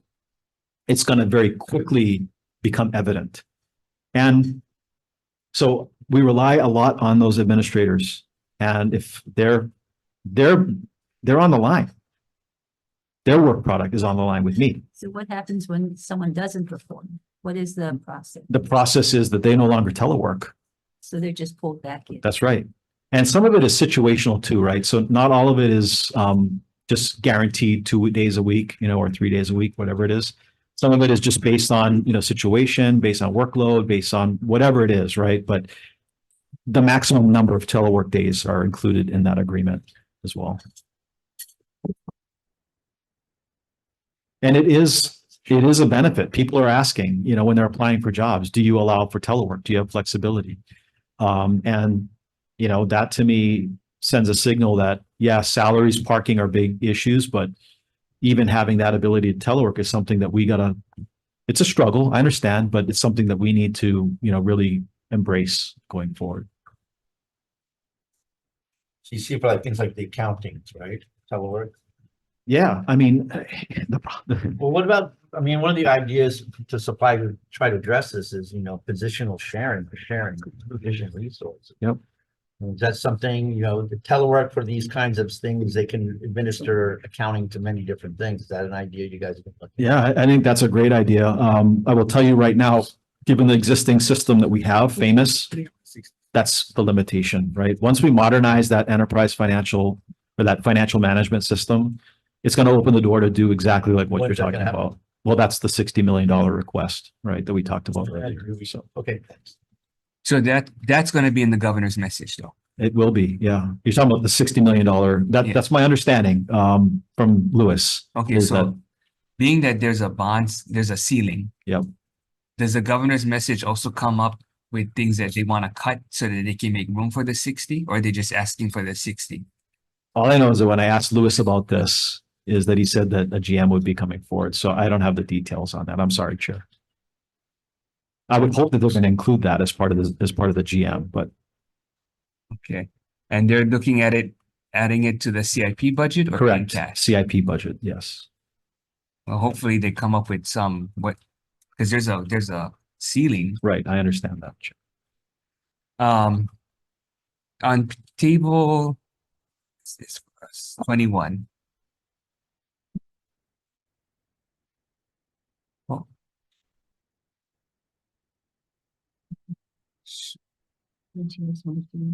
Once. I don't know how many pages is this on? You just have one page, right? Yeah, just one page, yes. So this is kind of awkward or peculiar. AGS 131, Chief Data Officer. So we just created that position through Act 167, right, in 2022. So why is there a huge pay differential? I'd like to ask our Chief Information Officer to go Is it- forward to It's the budgeted amount is 144,000, but the actual salary is 162,000. We were recruiting for that position and we found a chief data officer of another state that was willing to come. And that was a salary that was necessary to get her to come to Hawaii. She was chief data officer in New York before coming to Hawaii. Okay. And so those, all of the monies on where it says actual salary last paid versus the budgeted amount, where do you get the funds for that, the differentials? You're just taking it out of OCE, We do, or if we have savings from other positions being the vacant. vacancies? Well, or that's what if we have- Senator Kim was asking. Yeah, sometimes it's retirements that happen during the year and there's gaps in times when we don't have somebody filled, so. So we see the same with business data analysts. They're at 122,000, but the actual is 146,000. And some of these are percentage wise, some are minimal and some are much larger. That's true. So why wouldn't you come in for the actual budgeted amounts? We need So to do it can that. be more Yeah. transparent. We need to adjust those. I agree. Chair. You know, every time we see this kind of increase in positions, you guys, all of them, every single division talk about how hard it is to get people to fill these positions, but then again, we're always going outside of the state, comparing the amount the outside get, bringing outside guys in. So we never have nobody in the state that was applies for this job, or did we put it out enough to have anybody from the state? It's the same thing we're doing with our prison. Every single one of them is a retired person came in to be running our prisons.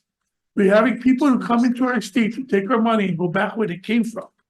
So we never have nobody right now. You guys don't have all these, you guys have them out there for hiring. Nobody in the state could apply for this position. Nobody internally could apply for this position. We fill a lot of positions with people in the state that come from other No, departments. that's not what I'm asking you. I'm asking you this one. This one we do not Because have. it's a huge amount what Senator De La Cruz is Right. saying. See, so what is the problem with this? We're not training people to have these positions here locally.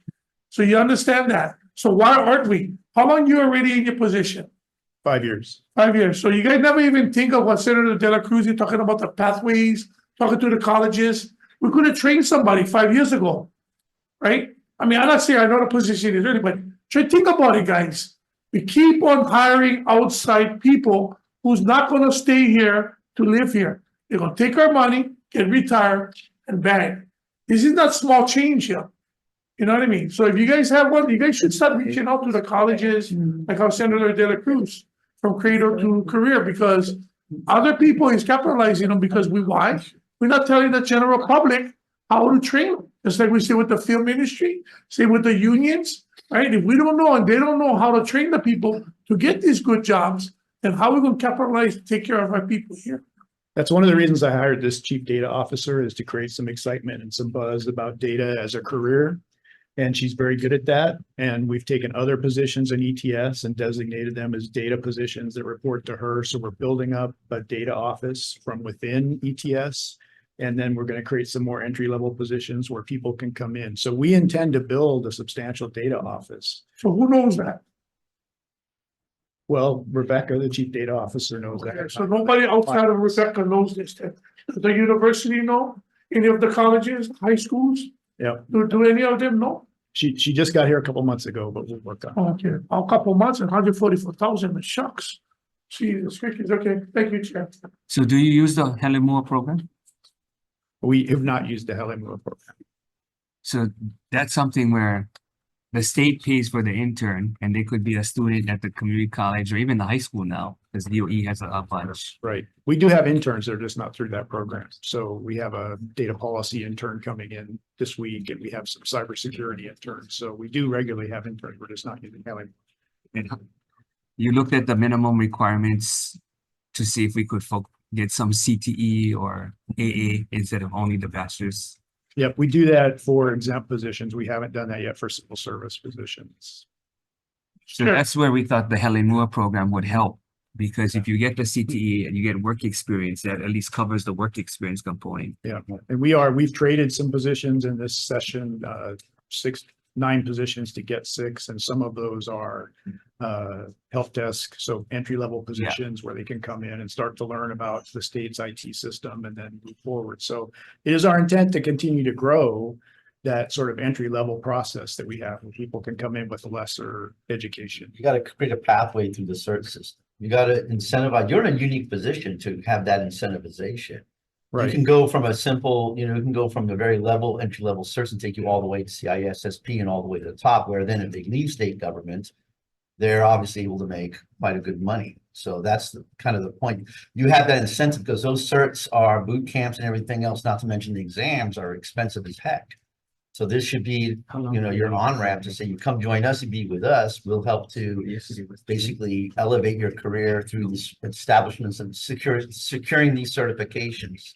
If they stay with the state, we now have somebody pipelining in those upper level positions. If they don't, then it's an attractive thing. Like, why do you want to work with the state of Hawaii if you're low level, like Security Plus or something? Because you can ramp up to those higher levels. So, I agree with you 100%. We requested funding this year to help fund training and cert testing and. Could you send us a breakdown of the cert incentive program you have now? Great to know how it's Yeah. working, supported. We don't have any funding for that right now. So we've requested funding to start running that. And I think it's wise, and not just for ETS, but for all the IT positions in the state. We should run a cert program for all the IT positions. We appreciate you flagging that for us. Thank you. Thank you. Are you guys working with DHHL with that at all? No, or just doing it? Not on that program, yeah. There's no sense. Not getting anywhere, so. Okay, Center for Government. Just a quick one, can you guys email us the qualifications for the chief data officer? Because when you're telling me this, I get a really hard time to really grasp that. So we didn't have nobody here. Because we get plenty of guys that went through, they're all in the hospitals, they're all learning this, they all get different positions to learn this thing, even in high school and in our colleges. So I just like see, what was the qualification? Where you guys advertised it and how long it was out for advertisement for this person to get the position. Because I'm gonna give you an example.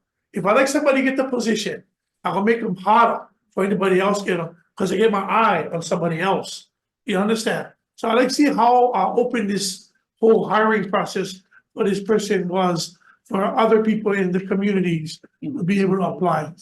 If you guys can send that to our offices, I would like to see them. And then what I'm gonna do is I'm gonna go on Facebook. Well, how long was it open for recruitment? Just a few months. Well, maybe you can outline that process for Senator Favela. Please. Because there are some departments that, it's only a couple hours, and that's where it seems like, hey, something's kind of fishy. Okay, Senator Wakai. I love Senator Favela's enthusiasm, and I want to follow up on passion and good intentions. I want to follow up though on his line of thoughts that we really need to start investing in local people and local companies. Mr. Murdoch, you and I have had many discussions in the past about why ETS doesn't invest in local companies. So for example, we had a lengthy discussion about the state park reservation system, which is a DLNR. And I highly encourage you that you should really try to get a PAXA, a data house, a SMS, a local company to build that out. You chose to go and give it to, I can't remember the three-letter company that does most of the state's IT infrastructure. When are you going to start putting contracts out and hiring local companies to feed into what Senator Favela is saying? Because as we continue to go into these mainland corporations, and I know that that company has 100 employees here, but ultimately they're not based in Hawaii, they're based in Texas or something. When are we going to actually start using taxpayers' money to invest in local companies and ultimately local people? We have to use the procurement system that we have. And we pick based on the requirements of the procurement system in terms of who's the best value to the state. So I don't make every procurement decision on every IT system that we have, and DLNR purchased that system, not ETS. We do have a system where Tyler Hawaii builds systems for the state, and it's an efficient way to get things done. It doesn't cost as much as maybe some other ways to do it.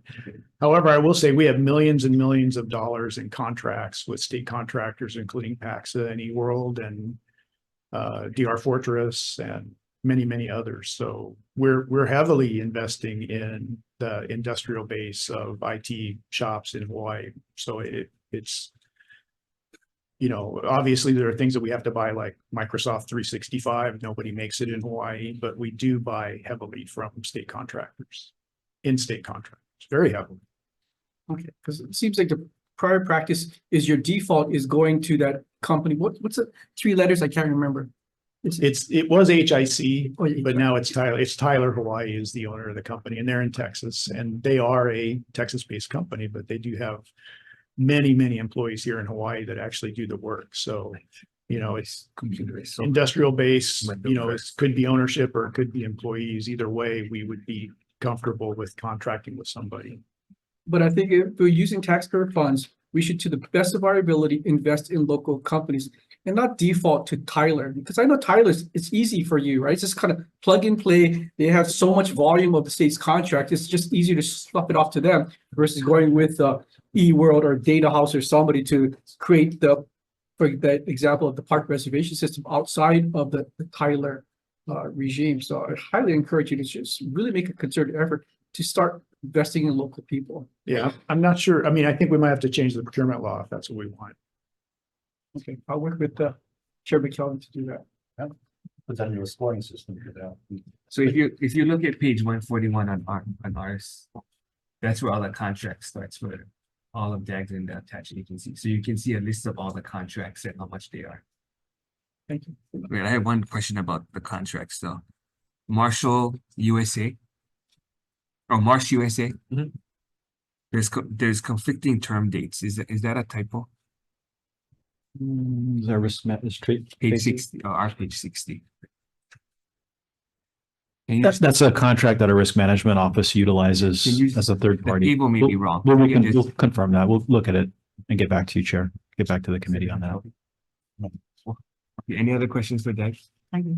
State Procurement Office, what's happening with, the centralization, of procurement so that we streamline our process? And do we still don't have a permanent officer? So Bonnie Kahakui is the acting. So what's the Chief timeline what's the timeline for that? Acting. How long is- It's So the Procurement Policy Board sent a letter to the governor for action.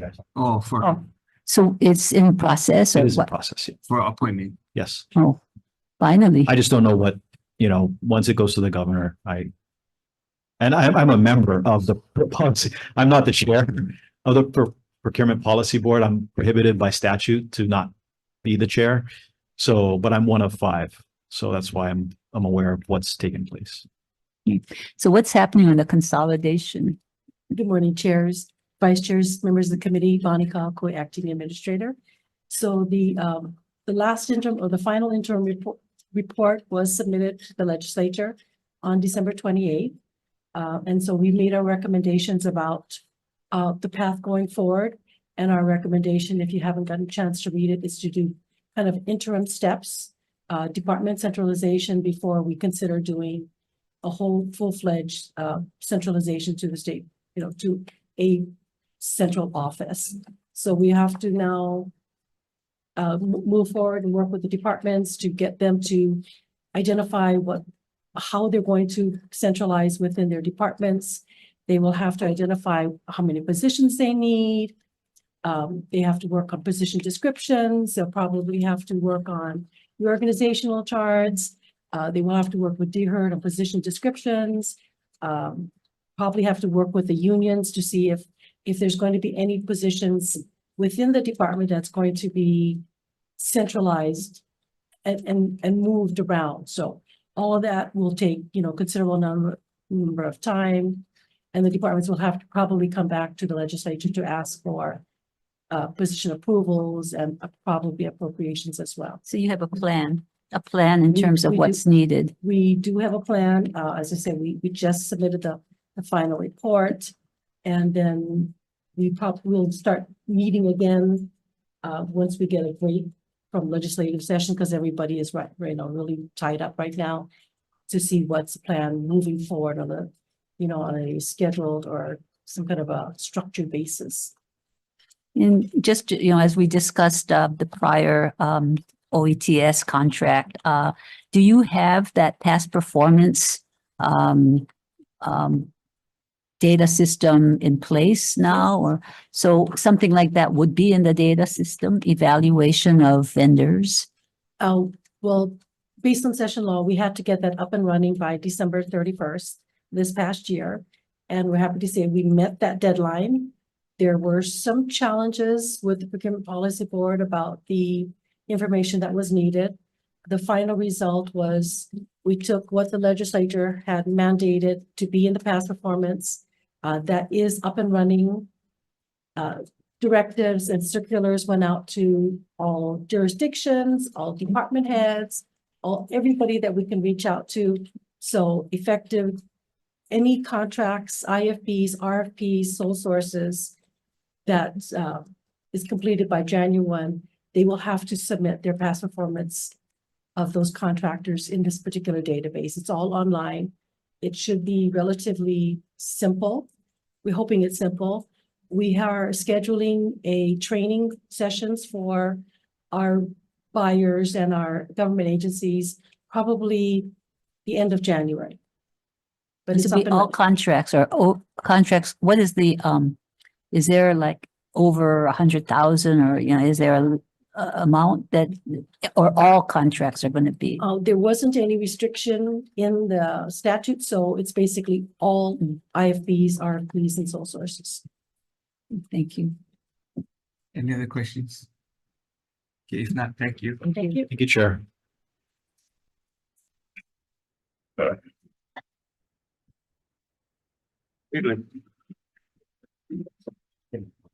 That's a crazy thing to ask. See you. Yeah. So you can look at it. I know.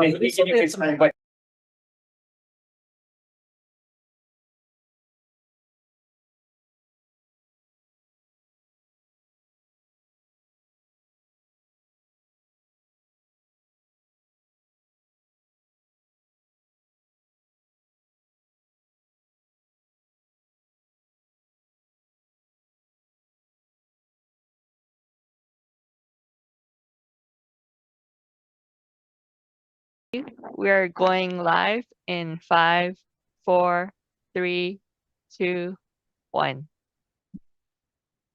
Okay, calling to order the Joint Committee of Hawaiian Affairs and Ways and Means. We'll hear from the Department of Hawaiian Homelands on their supplemental budget requests. Good morning, Chair Dela Cruz and Chair Shimabukuro, as well as Vice Chair Moriawaki, as well as members of the committees.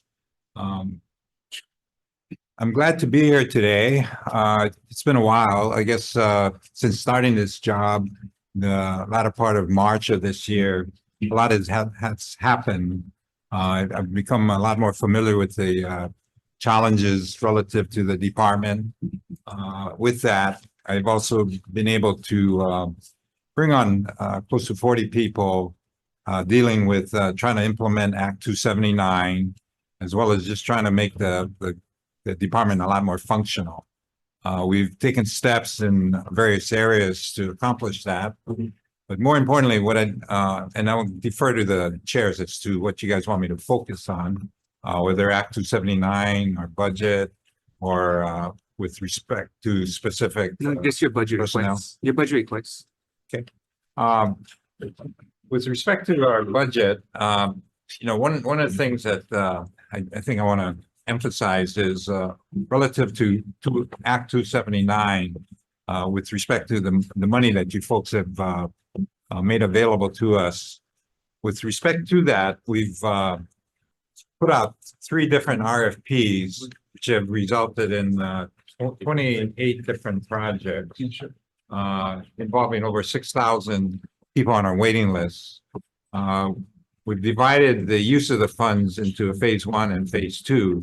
With respect to phase 2, within the 28 projects, we're generating about a little over 2,100 new homestead lots. Phase 2, which is dependent upon additional funding from the legislature, would generate a little over 3,600 units. In addition to that, we're aggressively pursuing the accessory dwelling units. We hope to generate maybe 3,000 in the coming years. And then another kind of a model that we're kind of implementing is the use of kupuna housing as well as transitional housing, not only to address a majority of the people on our wait list, which are kupuna, but also addressing the needs of a lot of our beneficiaries regarding preparing for home ownership and award of a lease. So with respect to that, we're looking at maybe doing about 1,000 units. We have a pilot project in the works in Maili called Uluvehi, which involves 40 units. We're taking an old transitional housing project and improving it, increasing the size of the units, also putting in a multi-service center, working with Lunalilo Homes. And they not only will provide respite care, but they'll handle the certified kitchen, will provide food for the tenants as well as the members in the community, the kahuna. In addition to that, we're working with the CNHA, Hawaii Community Assets, and other Catholic charities in order to provide services to the tenants within this facility that will provide and prepare them for home ownership. The whole part of this particular project is to provide an alternative model where we can prepare the people on our wait list that need the help in order to move them quickly into these houses that we're starting to build. One of the things that I want to kind of emphasize is that in the use of the Act 279 funding, we've spread it across the different islands with respect to the use of our existing lands. One of the things that was nice about Act 279 was the ability to use some of those funds to acquire new lands. And we've done that aggressively. We've put out 3 RFPs.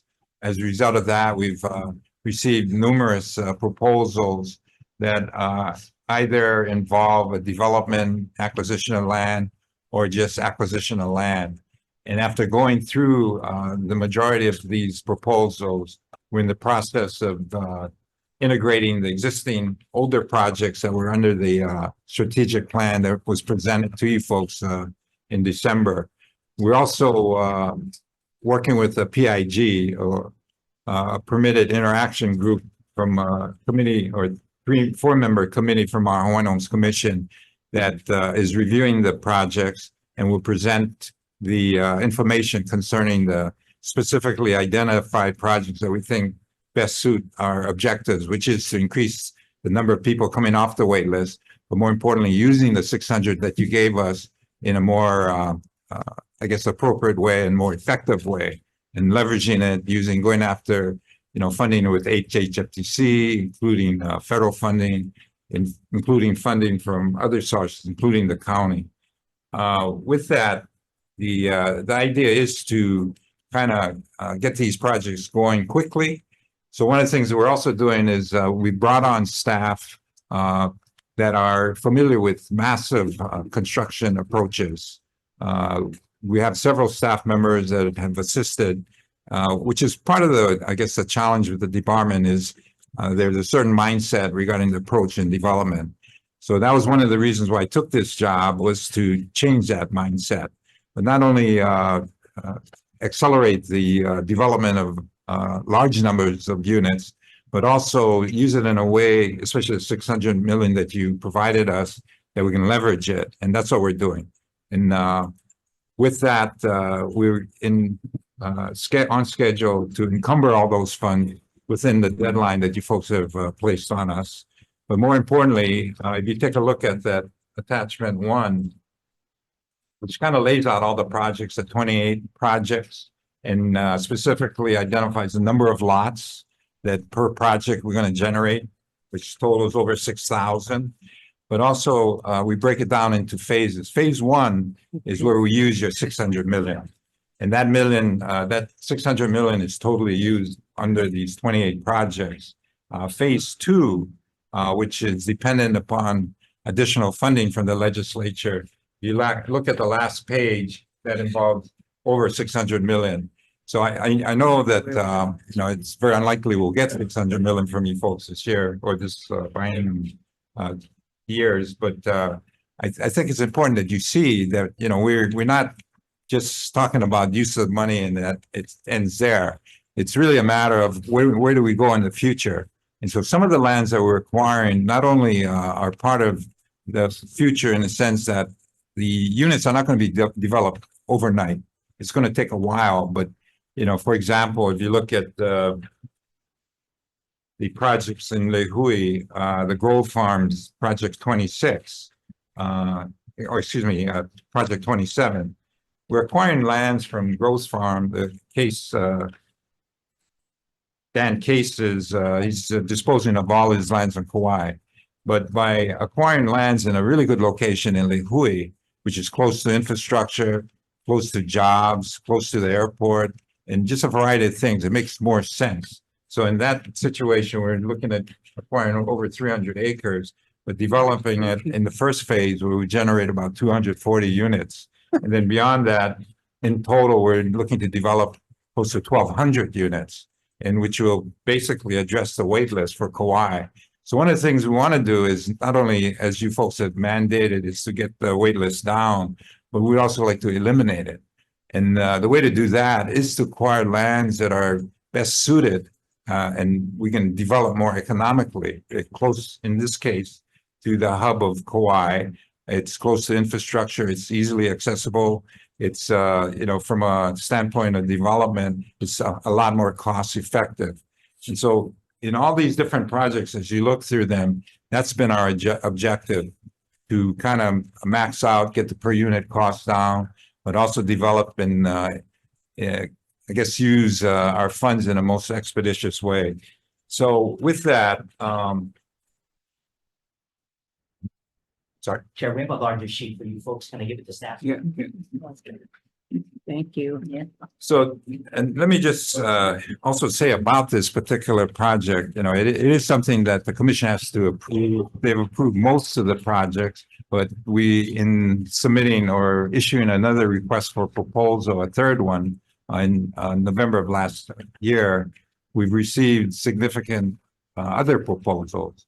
So we're trying to integrate, review, and we've gotten to the point where we've recently, once we finish, which we anticipate at the beginning of February, we take it to the commission for final approval.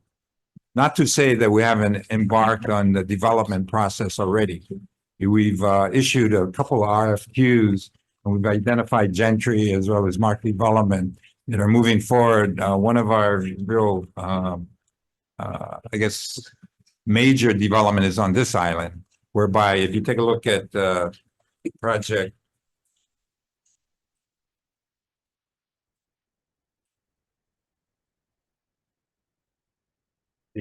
project 19, East Kapolei to the master plan. That one we were able to talk about developing 700 units. And again, in using that phased approach, we're going to develop in the initial phase 450 units. And in the second phase, we'll do 250, dependent upon funding from the legislature. So a significant portion of our development from the 600 million is going into that particular project. One of the things, again, is identifying sites that really make sense. In this case, you know, we have 4 other homestead communities. We have the Croc Center right across. We have the TOV station that ends right there. So provides a transportation to jobs, what have you. We have the West Oahu right up the street, which provides opportunities for education. Right down the street, we have the Kamakani Ali, a job generator. So, and then our main office, administrative office is right there. So again, when we looked at that particular site, there's all 2 additional parcels that we're looking to develop right adjacent. So if we develop those, that'd be probably generate another close to 800 units. So the whole idea is to look at the areas where we can do major development in a very expeditious way. The developer pursuant to our RFQ that we issued is going to be Gentry. And so they are very, very good at what they do. Their per unit cost, because of the numbers they're going to be developing, obviously will go down. We're working with them on the design of their plans, which we'll use to not only do an expandable type approach where they can add an ADU or whatever else, but they can also gear it to the financial condition of the recipient. You know, some of the units will maybe do a 1-bedroom, and as their family grows, they can add an additional bedroom to it, or if they want to do a accessory dwelling unit to provide a rental unit for a Native Hawaiian family, they can do that. So it's an approach that we'd like to, across the board, use on all of our projects. So one of the things that we're also doing is developing models with design partners, which will not only mandate the developers to use, but we're also very concerned about the fire issue. As you folks know, our Lili project on Maui, of the 104 units, only 2 of them were damaged or destroyed. The rest, because of the way it was constructed, the materials, the underground utilities, as well as the landscaping, really helped avoid those units from being destroyed. So taking that lesson into account, we are applying the same approach on our new projects. And so that's going to be the kind of specs that we'll issue when we choose a developer. Another thing is on these developers, we want them to kind of be have the capacity to build with these large numbers of units in an expedited process. So a lot of things are happening with that Act 279. I just want to emphasize that we are going to be using up to 600 million. We do need more money, so we'd hope that you guys consider in your budget requests to. Granted, we're going to need money for positions and all that, but if your guys' desire is for us to get that wait list down, I'd ask you to please focus on this other funding that we could use, and not only focus on the funding requests, but also focus on the specific projects we're talking about that are going to use those additional monies to build new homes. So it's not just a pie in the sky. It's very specific, and we've laid out the specific dollar amount for each project, how much we need to finish and do the other units that involve 3,600 new people taken off the wait list. So that's kind of in a nutshell. Do you have the inventory of lands that within DHHL that you're not going to develop then? Well, if you look at, we have over 200,000 acres. There are some lands that we've taken a second thought as to whether, the infrastructure costs warrant the development of those lands. In some cases, we deferred some of the funding for those particular projects to a phase 2, or as you look at my layout in the matrix, when you look at the last yellow column, those are the deferred projects. Yeah, no, I'm not. I see what you're saying. You want to try to you want to use the lands that have access to or have infrastructure. So That make you more can sense. So I'm talking about the lands that don't fit in within that criteria. What are the lands that do not fit in that criteria, which may make sense for maybe more agricultural use or whatever the case may be? Yeah, on the agricultural use. So if you're not going to use it, Well, and because you rather buy other land, it's almost like we could purchase land from DHHL that you're not going to use, and then you use that money for either to buy new land or to invest in housing. well, the new lands that we're proposing to acquire under this matrix, I'm talking above the 600. the 600 million. Yeah. So if you have lands that you can't develop and you're probably not going to use, which may make sense, for instance, for us in our case, maybe aquaculture, then we could purchase that from DHHL. So that could go to either ADC or DOA to start to develop aquaculture. Sure. And then the monies that you get from purchasing the land, you can reinvest into buying new land or to develop. So that's what I'm trying to figure out. What are the lands you're not going to use that maybe are marginal for your situation, but it makes sense for another agency to utilize them?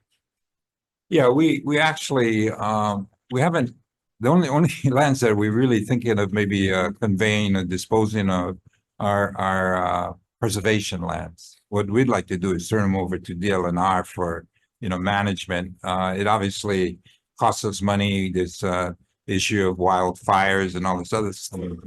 So those kind of lands, yeah, we're receptive to the idea of maybe transferring them out.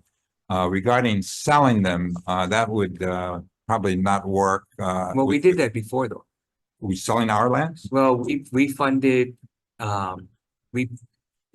you transferred lands to ADC, right? There was about 60 acres or that was on ag land. And then we funded DHHL $6 million, which DHHL used that next to the Bolodrome. Yeah, the Bolodrome. I know you can take a look back in previous. So that was part of You're talking about the property that we bought from Commitment Schools? Yeah. Yeah. Yeah. Yeah. That was additional money we gave you to do land acquisition. In exchange for that that money going into the budget, right. Certain lands were transferred over to ADC. Yeah, well, I'm not familiar about the transfer, but I am familiar with the acquisition Okay, of maybe that you can land. take a look back. So you, Yeah. you actually did do that already. Yeah, well, we The received, board approved it, the board had to take a vote on it, right, and that was a condition of new funding going in for land acquisition. yeah, we, even like the Calpea project next to Couple A, yeah, we used the money that you gave us to purchase that, so we're gonna develop So that. I'm just looking at where it makes sense for some of the lands in your inventory that could go to another agency for their purposes, more like DLNR and Department of Ag, where we could The only, provide funding, Yeah. you transfer those, and then the money that we provide you, you can reinvest. okay, well, whatever money you want to provide us, we'll reinvest or do it for whatever we want to do. We have had discussions with DLNR as well as the Department of Ag regarding lands that, for example, the slaughterhouse in Kalaeloa. We're interested in that, and we want that to be a part of our initiative to develop a lot of our ag lands and pastoral lands. So we're actually looking in the process, tasks a bunch of my staff to identify the ag lands that we could maybe convert into community pastoral uses and get the especially raising cattle for sales. That actually has a lot of potential, especially on the Molokai as well as the Big Island where there's significant lands. And we're also looking at lands adjacent to that and doing land exchanges involving commitment schools as well as DLNR and some of these others. But what we want to do is make use of our lands rather than dispose of them, but make use of the lands. That's fine. I'm just saying, based on your priority of infrastructure and access to infrastructure, right? Those are, sounds like that's your priority. So One of them. of your entire inventory, are there other lands that maybe you would consider too difficult to develop because of the situation and another agency could use it, then we can compensate you for those lands. Well, if it's, no, don't You take a look back. You don't have to start going through. Sure. You go look at your inventory and you figure it out. Because if we want to develop aquaculture on lands that you're not going to ever develop, then we can. We'd be very open. to that. Then we can do some For kind of land land. exchange. Yeah. Which is Or what we're for doing with the energy or private whatever sector. the case, Right. Yeah, we're actually looking at lands at DLNR as well as DOA, more DLNR, that we can maybe do a conveyance, because there is that Act 14 that we have a shortage of land that we're supposed to receive. And so we're trying to reconcile that shortage. We're also looking at, some lands that Hawaii community public housing has, which they haven't developed. One in particular is on the Big Island where we'd like to grab that, consolidate some lands that we have in the area, as well as some of the lands we're proposing to purchase to make a nice homesteading development in Punakaia, the Big Island. So we're looking at the approach you're talking about, but it's more, a land exchange type of approach, land But acquisition. if it's not an exchange, it could be cash for land. Right. But as long as everybody's made whole, That's a good idea. Sure. I can see where you want to keep lands that you're going to try to develop economic opportunities for your homesteaders. So that you would probably keep, like what you're talking about. Lands near a slaughterhouse, you're trying to make sure that you provide the support to your homesteaders so that they can do ranching and then they have access to processing. So I get that. But in areas where that's not the situation, like aquaculture, that might be something where we could look at that a little bit further. Yeah, if you look at Exhibit 3 on page 5 of my testimony, it kind of lays out the different percentages of lands that we have. The glaring, I guess criticism, if you want to call it, is the use of our over 200,000 acres. We're only using a little over 9,000 for residential. And so that's a reflection of the type of lands we have. Yeah. So that's why it was wonderful yeah. that you guys passed Act 79 so we can go get some good land. Yeah. Yeah. But you can also see that there's also this conservation as well as, we have close to 30,000 acres that is in conservation. What good is that for us? Maybe for water, but other than that, that's about close to 15% of our lands that we really can't use. So that's the kind of lands we want to kind of dispose of. Now, in trying to work with the other organizations, we're also looking at that. Yeah, well, we can have a discussion, because I agree. I mean, if it's watershed, then maybe that's some Yeah, kind we of don't thing need that we that. could. Yeah. You know, Sure. like some kind of exchange, or like I said, cash for land or something like that. Well, we did take the all the land or the state lands that were identified, as well as the county lands, as well as private lands. And we're looking at lands that, you know, kind of fit our agenda as to development. Because for me, I'm trying to develop and get people off the wait list. Residential is really important, but there's also ag lands that we Yeah. could go after and better use. Yeah. And that's where even work with commitment schools, we're trying to reach out. If we're gonna develop a pastoral initiative on the Big Island, you know, when you look at it, we have about 110,000 acres on the Big Island. I mean, and adjacent to that, KS has a lot of lands that they also are susceptible to wildfires. So what better way to use it than start to populate it with cattle and actual use? Yeah. And then part of our So I'm not talking about those industries that I'm talking about something that you may not end up pursuing, like aquaculture. okay, because for right- conservation, we don't want to Yeah, pursue that. okay. We can get that out to another state agency. Would prefer that. Senator Bell. Yeah, just with the land and the land disposal and the land swap and the land sale. What is your guys' policy on working with the Department of Interior and beneficial consultation when it comes to some of this? I mean, it's not easy like other departments because Hawaiian Homes is different because it's on the obligation to We use, gotta go to. right? So you have to have all that. Right. Okay, thank you. Yeah. Thank you, Chair. Yeah, the land that I'm talking about though was part of some arrangement with Castle and Cook. So Castle and Cook had to dedicate certain lands to DHHL. So that was not part of their original inventory. Yeah, it's usually dedicated or new lands that Yeah. really are the ones we are able to develop. If you look at our major developments like Leali, Laopua, and you know, those are lands that HHFTC developed. And we kind of went or got ourselves in there because of ceded land issues and what have you. So the lands were kind of stuck Yeah. in development. So the department, fortunately, was able to step in and grab some of those lands. We, in some cases, purchased the land. Yeah, In some cases, we provided a reimbursement for some of the infrastructure that was put in by HHFTC. A good example of a more recent deal is the Kaupea Phase 2. We're going to put 60 houses, which is right next to Kapolei High School. That's an HHFTC parcel that we're acquiring. We're going to develop, and it's right in Kaupea. So it's a real, to me, appropriate that this vacant spot right next to a high school should be propagated with DHHL yeah, beneficiary. it's almost infill. Yeah, it's like Yeah. infill. Yeah. Okay, why don't we quickly go over table 6?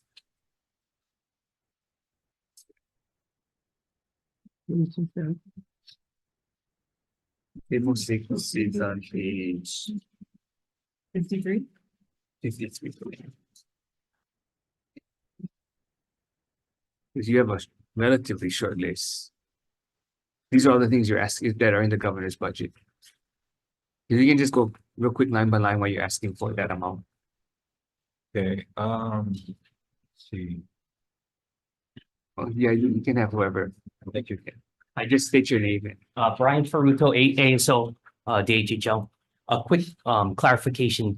This, the information required in this table was all of the additions that we proposed, not Yeah. necessarily that are in the governor's budget. Oh, so we should go to table 4? I would recommend going to the testimony itself, Chair, and go to the narrative portion. Because usually table 6 is what only gets approved by the governor. That was the instructions that at least I interpreted, Chair, Okay. included everything that we were Okay, so asking for. well, why don't we go table 4? Because that's Okay. faster. Table 4. Page? And that's page 51. And so that way we can go all the way down to right in the middle. Wildfire response, recovery, prevention. You guys asked for 20 million. And then the governor approved 20 million. So just the approved items. Okay. Okay, you want explanation for that? Yeah, request? just real quick. Okay, have somebody that's prepared I guess, a plan for the use of that fund.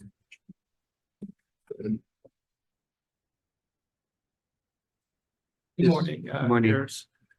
My name is Richard Hoke. I'm the executive assistant, and I was tasked with doing a fire response plan for the department. We did not have one prior to the line Okay, of fire. so that's the 20 million for the plan.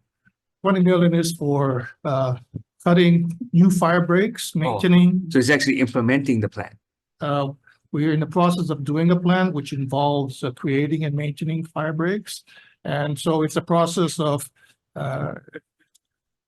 implementing the plan while still working on creating this plan. Because this Okay. plan is So it's some planning and some actual like cutting and deep. cutting, fencing, Okay, grazing, all of those. We're talking to experts in the field. you have a preliminary breakdown of the 20 million. Yes. You don't have to give it now, but Yes, yes. unless somebody, if not, we can just ask you for that. Okay, We can just send it. Yeah. okay, we'll do. Okay, and then the next one is homestead services at 10 million. What is that?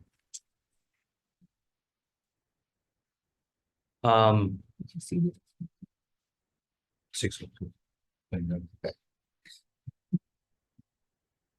Oh, the 10 million was what we use for our grants and support for our district offices. Because you didn't ask for that, but the governor added it. According to this table. Yeah, that's correct, Chair. And I'll have to look at our responses back from the governor's office to explain that. That's interesting. Okay, and then you have 4.8 million in special funds that the governor added to. Correct. Chair, I believe there's actually some errors in this table. We apologize. Oh, okay. And then the trust fund, the governor added, or is that, That would be the same thing as the 4.8, Chair. okay, What we got from the governor's approval was 20 million in wildfire okay, and 6 positions and 194,000 for federal fund ceiling okay. increase. So that's the only two ads. Correct. The rest were denied. Correct. Okay. Okay, any questions on any of the additions? It's just those two. If you guys can work with the WAM staff in just updating table 11, 13, 21, and 22. So that's the vacancies, the overtime, unbudgeted salaries, and telework, because they weren't necessarily completed, but we can, if you can work with Sure. the WAM staff. Any questions?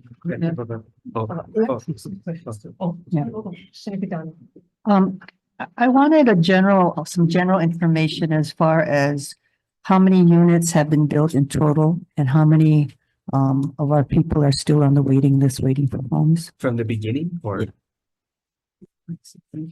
from the 600 million? No, from the beginning. Oh, from the beginning. Yeah, if you look at the testimony we submitted, table 1 and 2, excuse me, yeah, 1 and 2, it shows the applications, exhibit 2. So while there's a total of 47,000, that includes both agricultural, pastoral, and residential. The residential, we have a total of a little over 24,000 throughout the state on the waiting list. So that's kind of been a focus of our development, but we have recently we did in Panieva a subsistence ag award, 24 units, and that went over well. We reduced these large pastoral lots to half an acre in this particular case. It's one of the initiatives where, to me, it kind of fits what the whole Hawai'i Commission Act is about, in getting people back to the Aina, where they can grow their own, crops, food, as well as have cattle or animals on their pastoral lot. So did you say 47,000 built or on the waiting No, list? there's 47,000 applicants that include both agricultural, pastoral, and residential. You look at page 4 of our testimony, it kind of breaks it down into Yeah, the categories. public can't see the pages, so that's why I'm asking you Oh, I'm sorry. questions. So 47,000 units have been built? No, that's our application. The applicants, The, that, the but total, are applicants added still each year or? oh yeah, it's continues to, especially that's typically the response when, the department starts getting aggressive and start making awards, that wait list goes way up. It So kind of 47,000 is applicants existing to date. to date for both agricultural, pastoral, and residential. Okay, and so at the end of last year, what was it? I'm trying to get an idea of how many are added annually. Yeah, the total actual leases that were issued were over 10,000, which includes residential, pastoral, and ag. Of the 10,000, about 8,500 were residential. That's on page 4 of our testimony. So when the list was first put together, how many do you know? I'm trying to get an idea of each year, what's the average that are still being added? I added to the application list. Correct. or And how many units have we these- built so far? Well, so far 10,000 have been built. Okay, and there's 47,000, and we've There's been doing this for how long? I'm sorry. We have been doing this project for how long? Building Well, units since for, 1921, Yeah. that's when the act first started. And over the years, we average about 100 units per year, which is pretty unimpressive. So that's why we're looking at doing 6,000 in the coming years, based on the 600 million that you folks have awarded us. And that's where the strategic revised plan that I handed out to you folks reflects the 28 projects we're going to be doing across the state. so do we have to provide them with a dwelling, or can we provide them with land if they want to go off the list, if we give them land and they ranch or whatever? Yeah, we have different approaches. On Maui, Kahiki Nui, that's a good example of where the beneficiary just wanted the land. Minimal improvements, we just put in a road, we gave them the land. And so they have their own permitting process in reviewing potential houses or dwellings they're going to build. They also, the lots are fairly large, so they can grow stuff.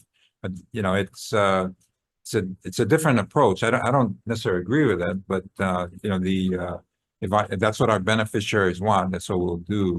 So in those cases, they just want the land. And Well, minimal I infrastructure. think that's what we should provide, what they want. Yeah. And if so, but just giving land or whatever it is that part of the 10,000 count? That, Yes, that includes the 10,000. okay, so we still have a long way to go. Oh, a long way to go. Well, Senator. and people are dying waiting to. People are to get dying. here. That's one reason why, So what about providing them with homes that are already built in a subdivision that maybe a lot is for sale?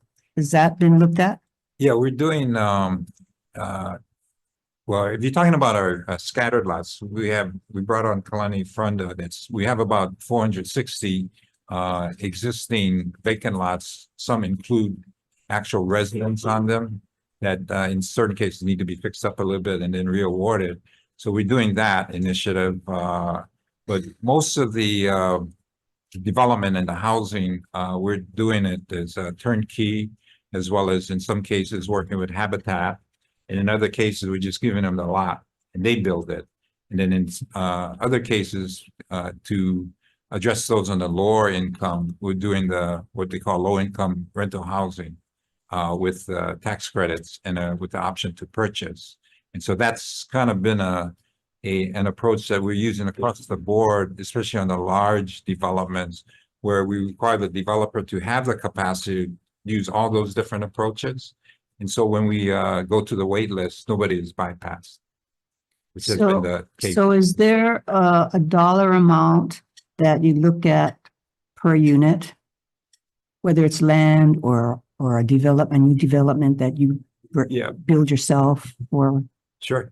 We look at the infrastructure costs on our projects. So those are ranging anywhere from 200,000 to up to 300,000 per unit. And then we look at the actual vertical construction, which, depending if they're gonna do, kind of like a tiny home, those can cost anywhere from 50,000 and beyond. But mostly the typical turnkey and these other, even the light tech rent to own are, typically about over $430,000 per unit. So I go back to my other question then. Do you help them purchase a home that is for sale, that is not your land, but say in Mililani, someone's selling a house? No, and- we don't do that. Why not? We've been advised by legal that we can't do that. If it's Wouldn't not that DHHL. provide people with homes much I agree quicker with though? I agree with you, but I got to work within the constraints of the Homeowners Commission Act. So how can we help? I mean, I think. That you can independently pass some laws that would allow that to be Okay. done. Okay. Well, thank you for, I hear this all the That's actually a time great from, idea. yeah, Sure. as a part Hawaiian, I hear this all the time. Yeah. And that they have refused to purchase a home that maybe a relative owned, but is not whatever. So Sure. if we can do this, I think we should. I think so too. That's a great idea. Love it. Thank you. Okay, thank you. I wanted to follow along on this line of questioning. I thought that was very excellent, Senator Kidani. Do you know the average age of people on the wait list? I know they are majority kupuna, and Yeah. kupuna is over 50, probably 60. I Okay. mean, it's pretty sad because a lot of the guys on the early dates are pretty old, and Yeah, unfortunately, we got a lot of them dying too. that was my next question. I mean, do you know about how many die on the wait list per year? That I'm not sure about that. Okay. Because, in light of what's happened, Kalima lawsuit and everything, and I sent some emails to Deputy Director already on this subject, but I'm just wondering if to stop, this trend of people dying on the wait list, is DHHL looking at bringing back the undivided interest, the paper lease program, so that at least someone, who's, and at least even if you prioritize those who are elderly or terminally ill, at least that person can be given a paper lease that they can then pass on. Is that something that you're looking at bringing back? Yeah, that actually, I'm glad you said that because that's exactly what we're going to do.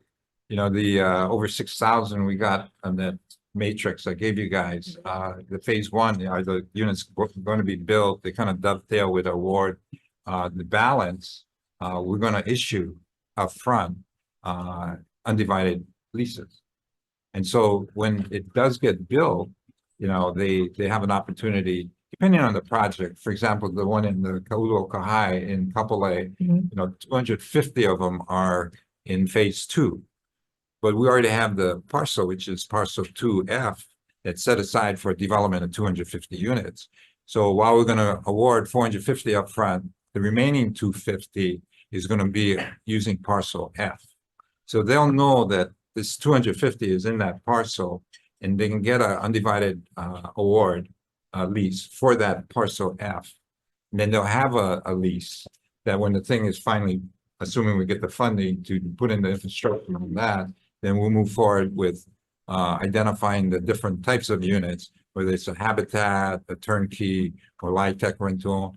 Then you, the individual with your lease in hand, can choose the particular parcel. Then we'll amend the lease to specifically identify by meets and bounds of the particular parcel. Okay. But by doing it that way, we also avoid the Kalima situation. Yes. Where the Yeah. person dies. Yeah. And they got no lease, no nothing. So that's one of the things that we're really aggressively going to be pursuing is doing these undivided award leases. And that's why it's so important of the 28 projects we have, there's quite a few that will fall into that category. So and by doing it that way, we'll take over 6,000 off the wait list. So clarification though, do they have to, if they're Pre-qualified. elderly and they're leaving it to someone, that someone has to also be 50%? No, give me quarter line. Yeah, I mean, yeah. on those, they can be quartered. Yeah. Oh, okay. Yeah, that's what makes it so much better than just dying. Then, yeah. Yeah. Thank you. That's good. But so actually follow up to that though, I mean, is there any chance that, and I was talking about this last year with the AGs, that those undivided interest awards could be retroactive? because I've been contacted by people whose, their relatives already died and they're only 25%. And they're just out of luck. And so is there any possibility that could be retroactive paper lease awards to people who already died? Well, I know you submitted legislation. Yeah. I think if that were to pass at the state level, we'd probably have to go to the federal level to get it approved. Okay, but at least something you'd be open to. And Sure. And I saw in your table 11, I was really happy to see that you're hiring an IT band A on February 1st.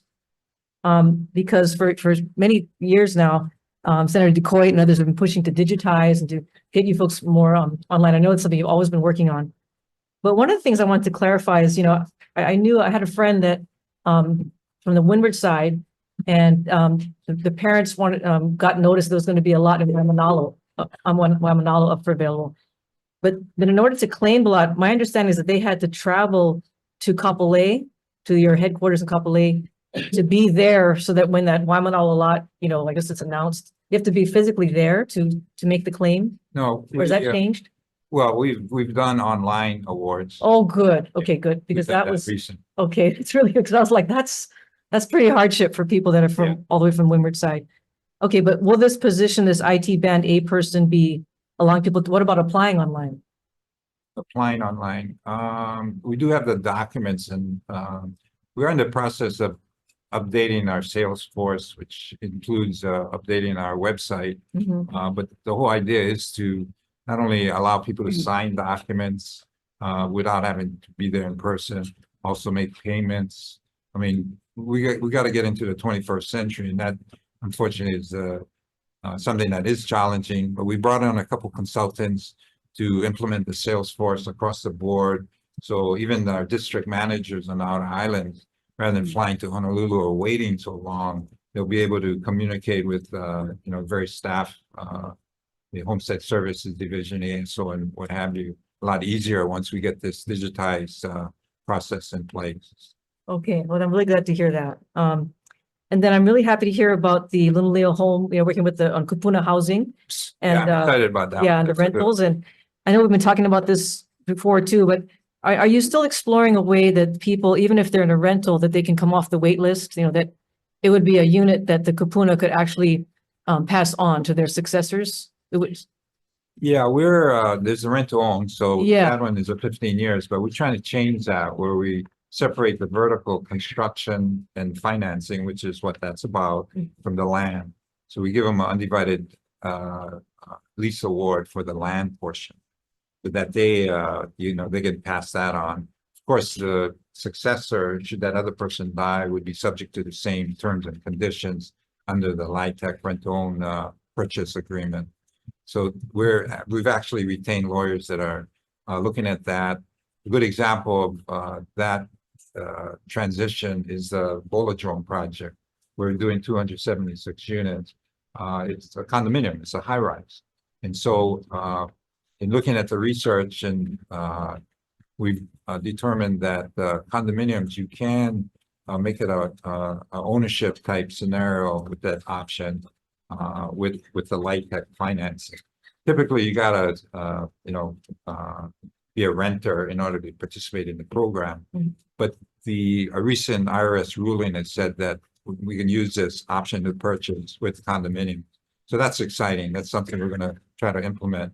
But we also want to reduce the 15-year wait period before they convert to a actual homesteader by awarding the land portion separately in a homestead award. Okay. Oh, that's great to hear. And then my last question, then I'll move on to whoever else wants to ask questions. I'm excited to hear you're talking about the slaughterhouse in Kalailoa.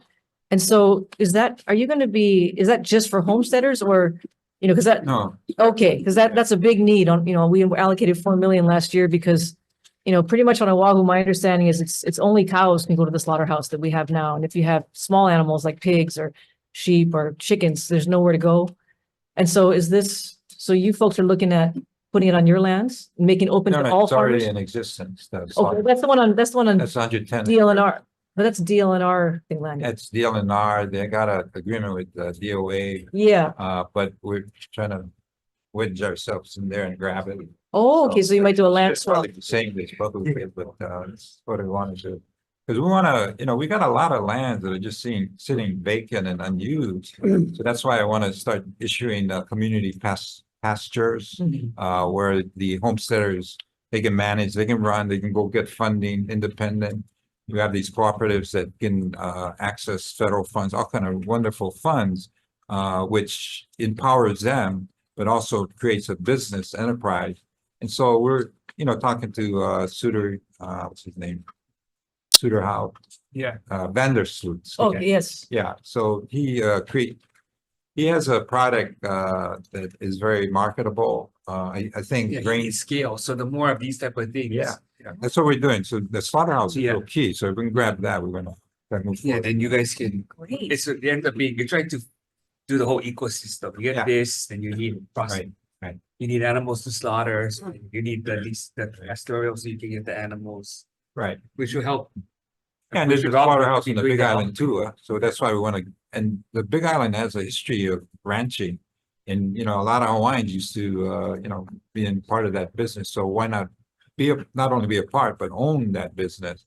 So that's why we're excited about it, but the key is having access to all of these lands. So we got a ton of land over there. We have other landowners that we want to work with and collaborate with and, really get that business up and running. I think the Big Island is the most promising.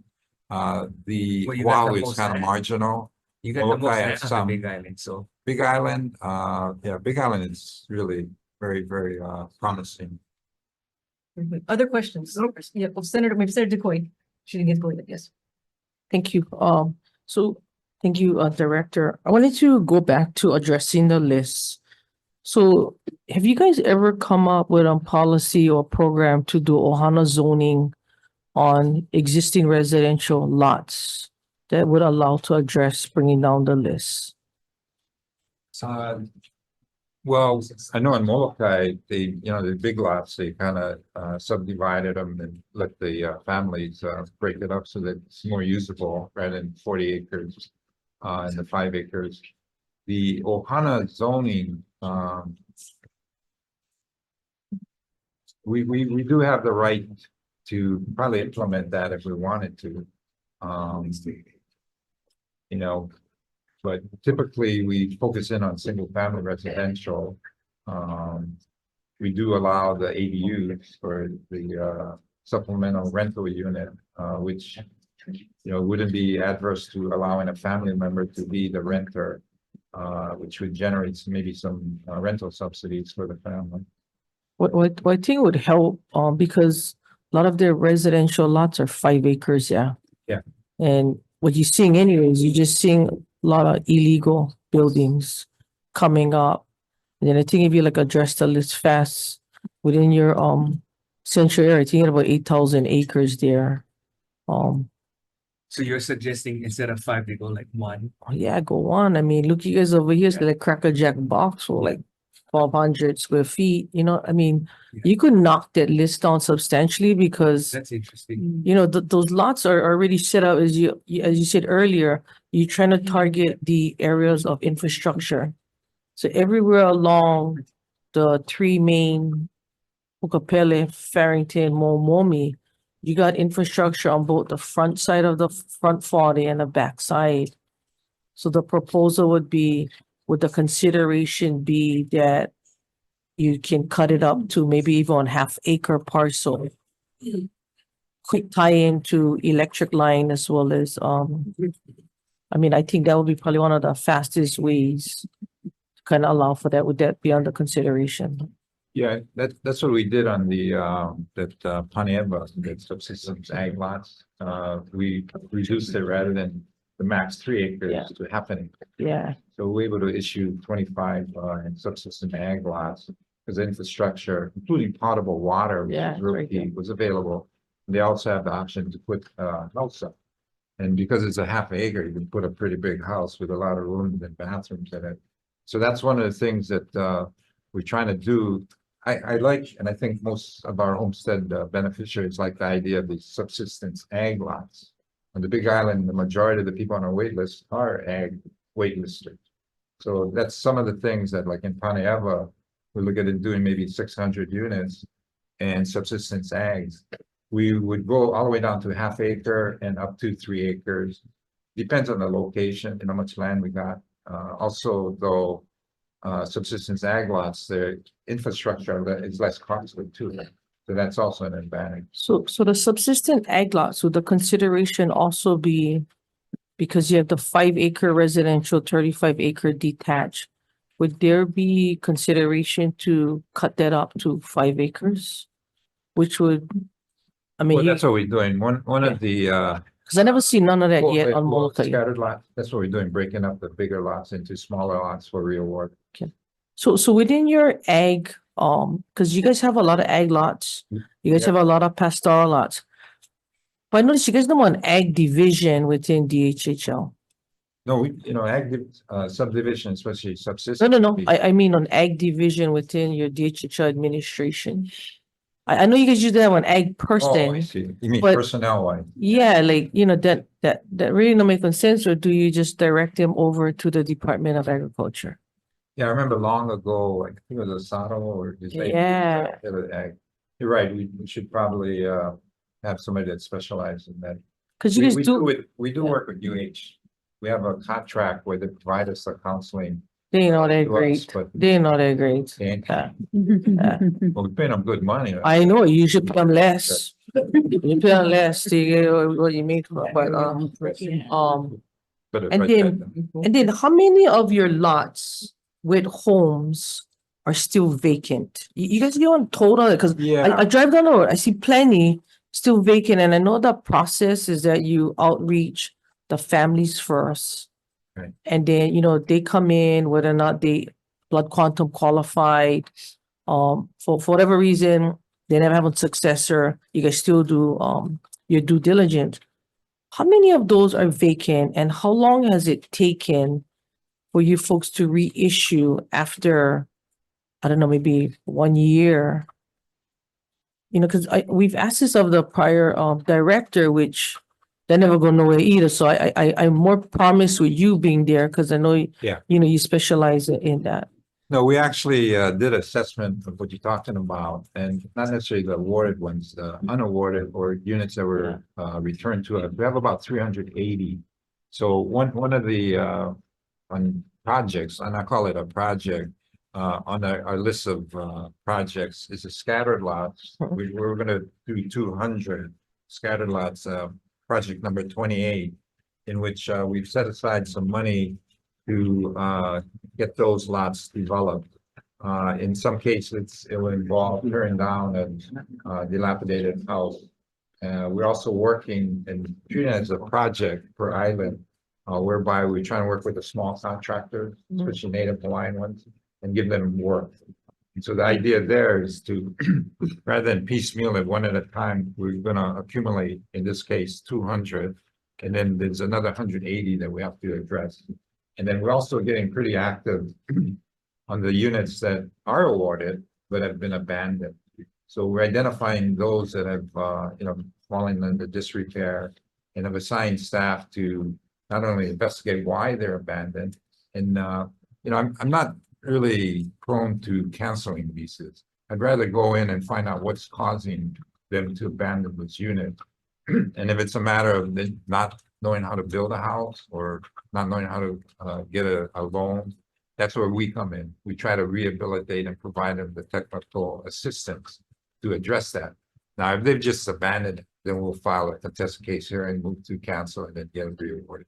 Yeah, because right now the thing just abandoned, and the longer it sits there, you start to get out of rodents, environments start to fall apart. So kind of want to know how many of those are there, and then how you guys gonna remediate, just trying to reissue them back out, and then what is the process to get the information back out to the community, since the list is so long? Yeah.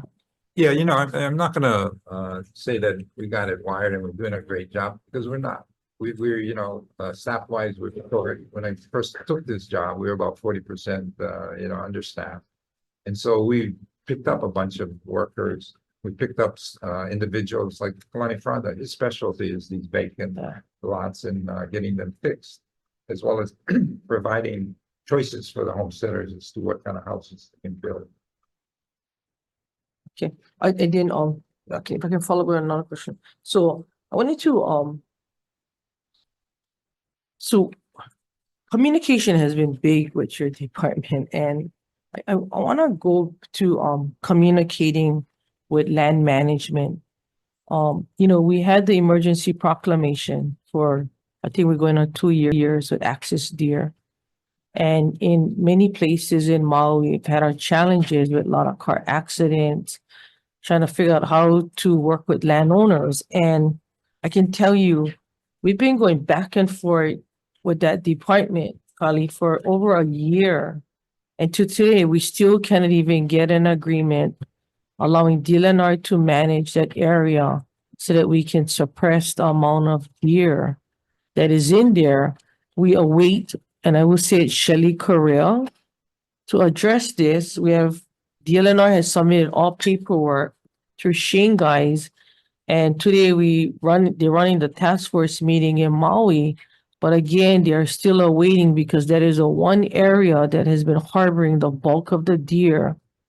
And as soon as night falls, the deer make its way and do a lot of destruction within the Waiahuli Kilkia area.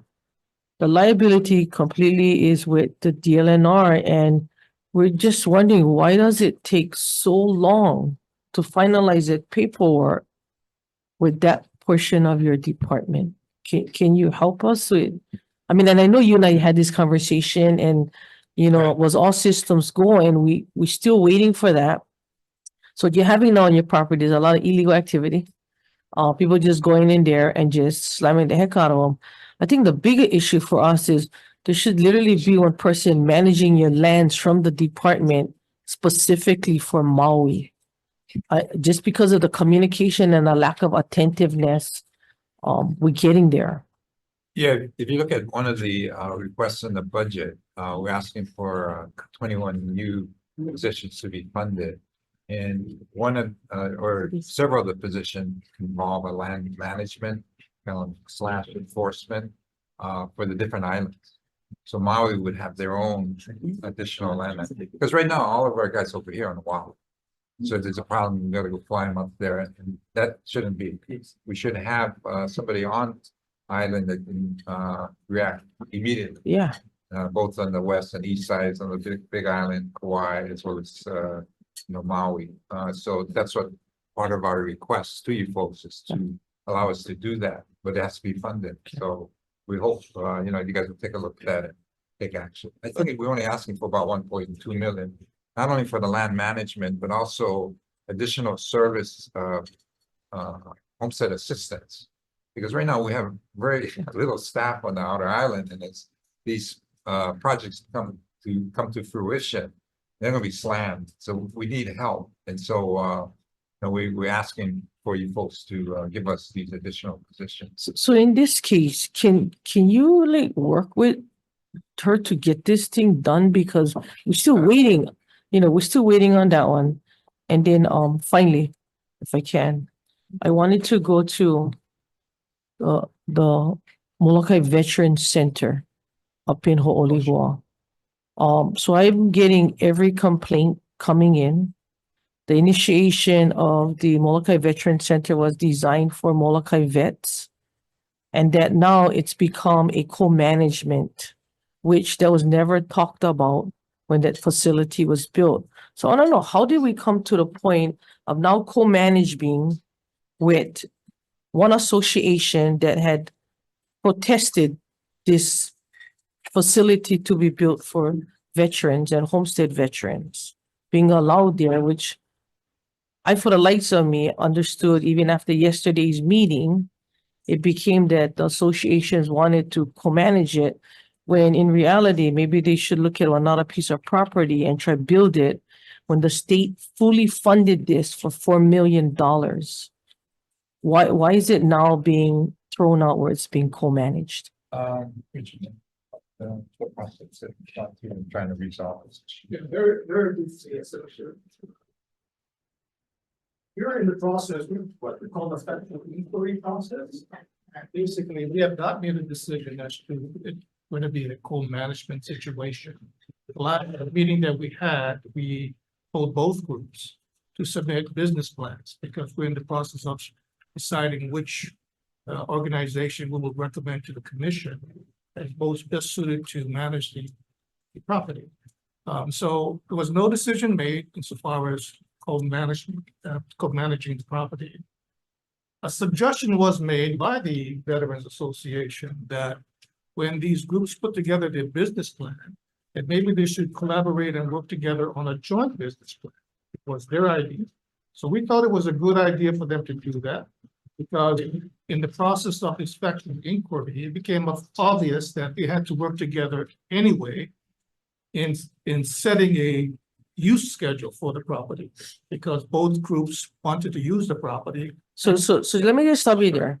That organization and association talking about is the same association that for clarification purposes did not want veterans there because of PTSD. Right. But they wanted them if they're gonna put a playground over there.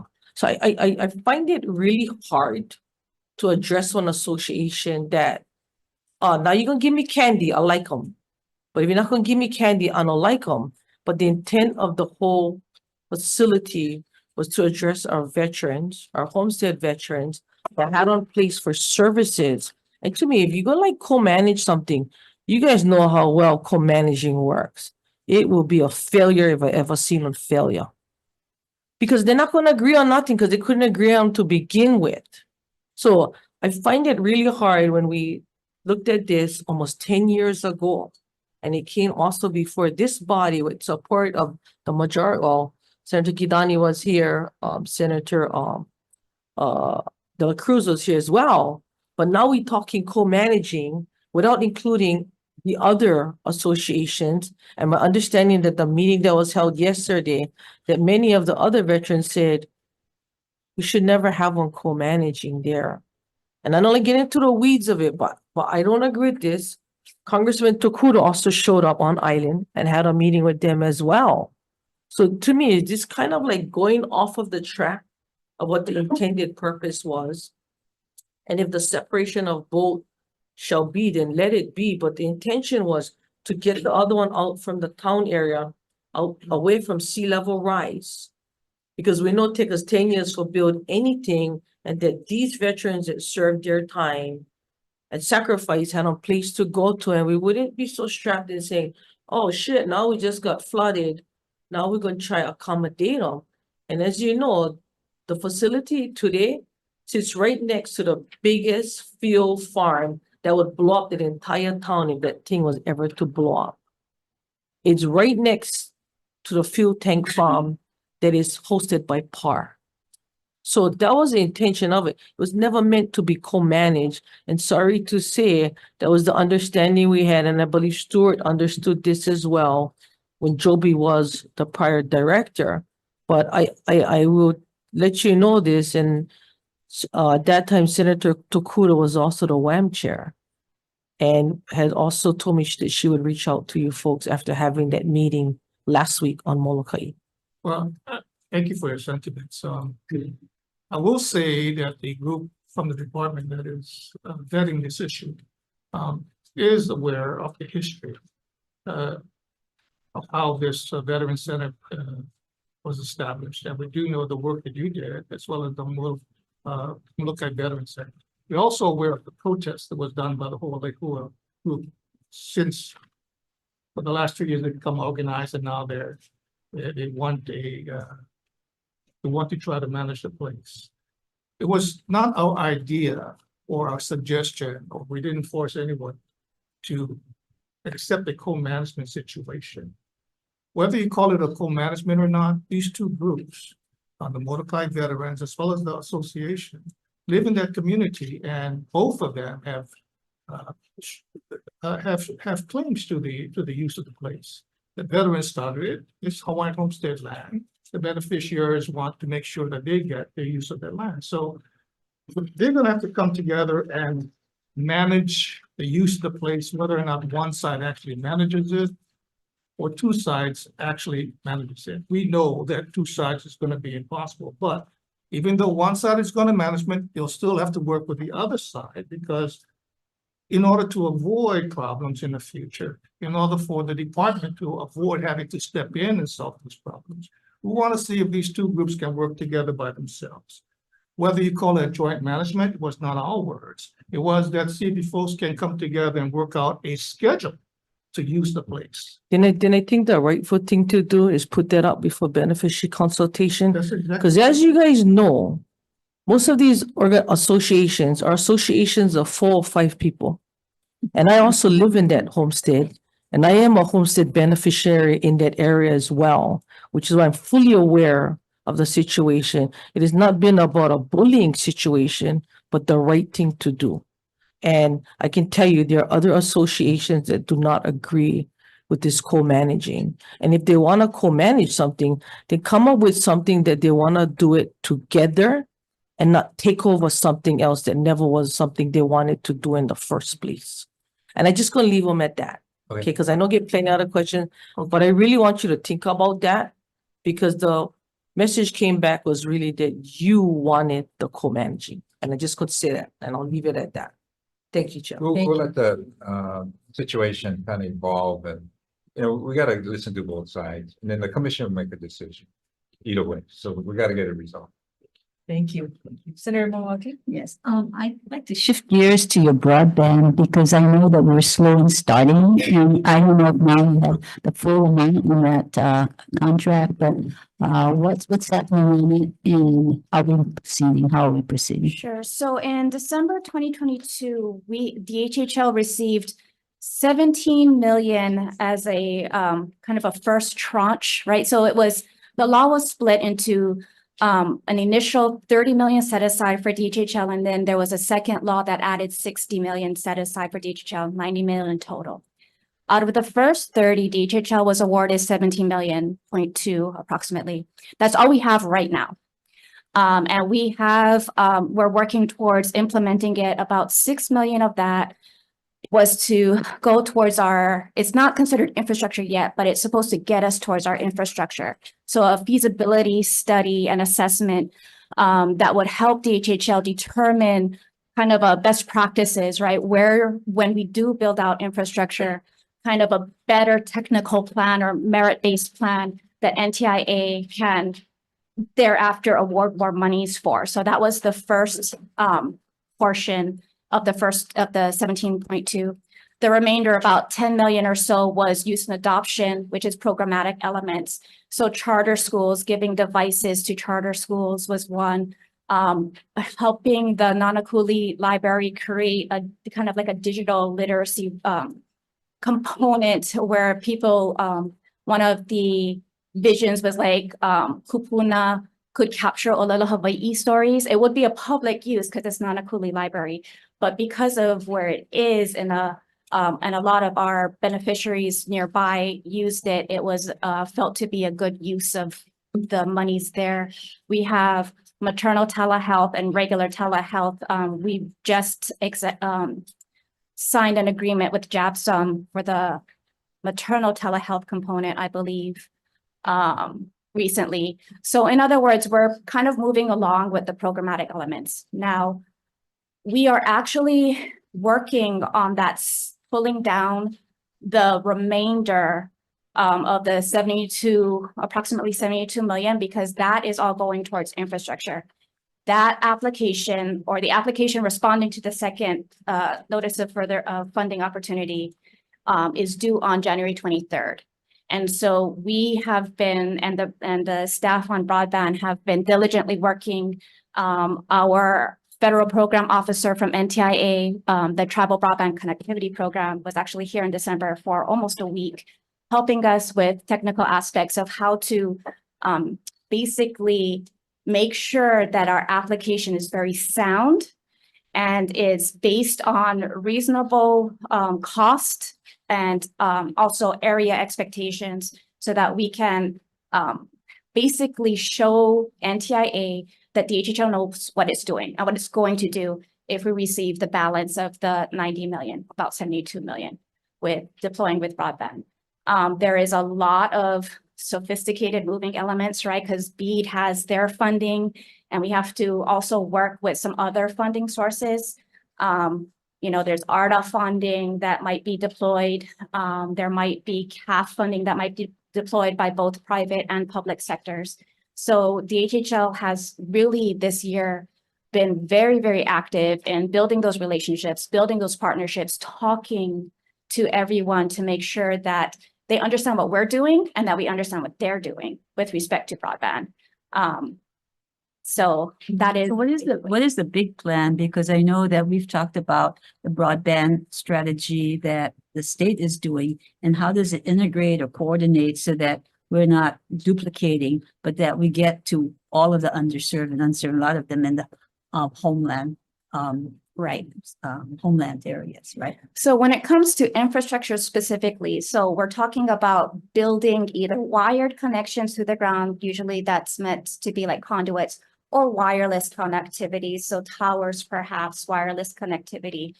We work very closely with UH, which is the lead with BEAD infrastructure, to make sure that where our funding source, which is coming through the Tribal Broadband Connectivity Program, is utilized primarily, and then they kind of come and supplement if there's gaps or if there's issues where we can't quite cover it due to, there's a lot of issues, right? So we have to coordinate with the FCC map and what they're showing as connected or unserved populations, right?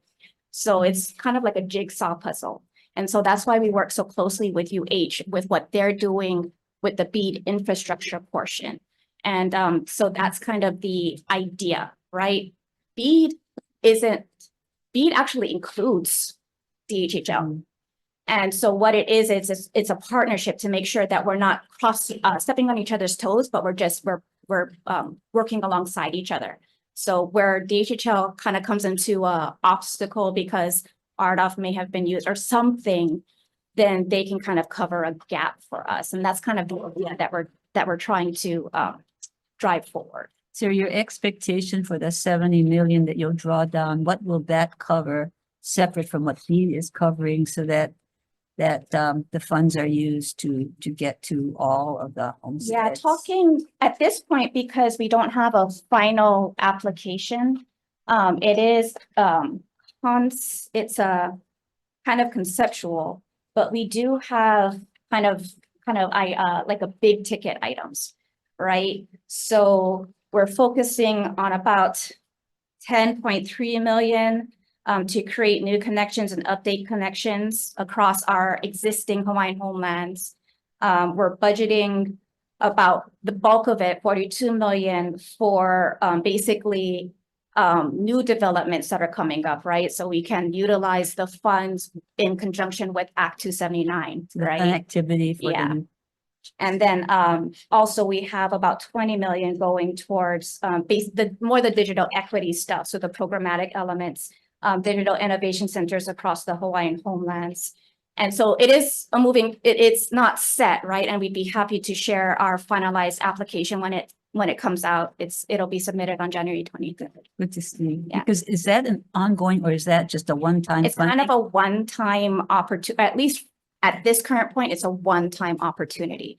There are other funding streams that existed before what NTIA is doing and will exist afterwards. And we can look into those different funding streams, but our priority right now is just, and what we have right now is really just the TBCP, the Tribal Broadband. Because on an ongoing basis, there will be operating costs for your. There will be, yes, yeah.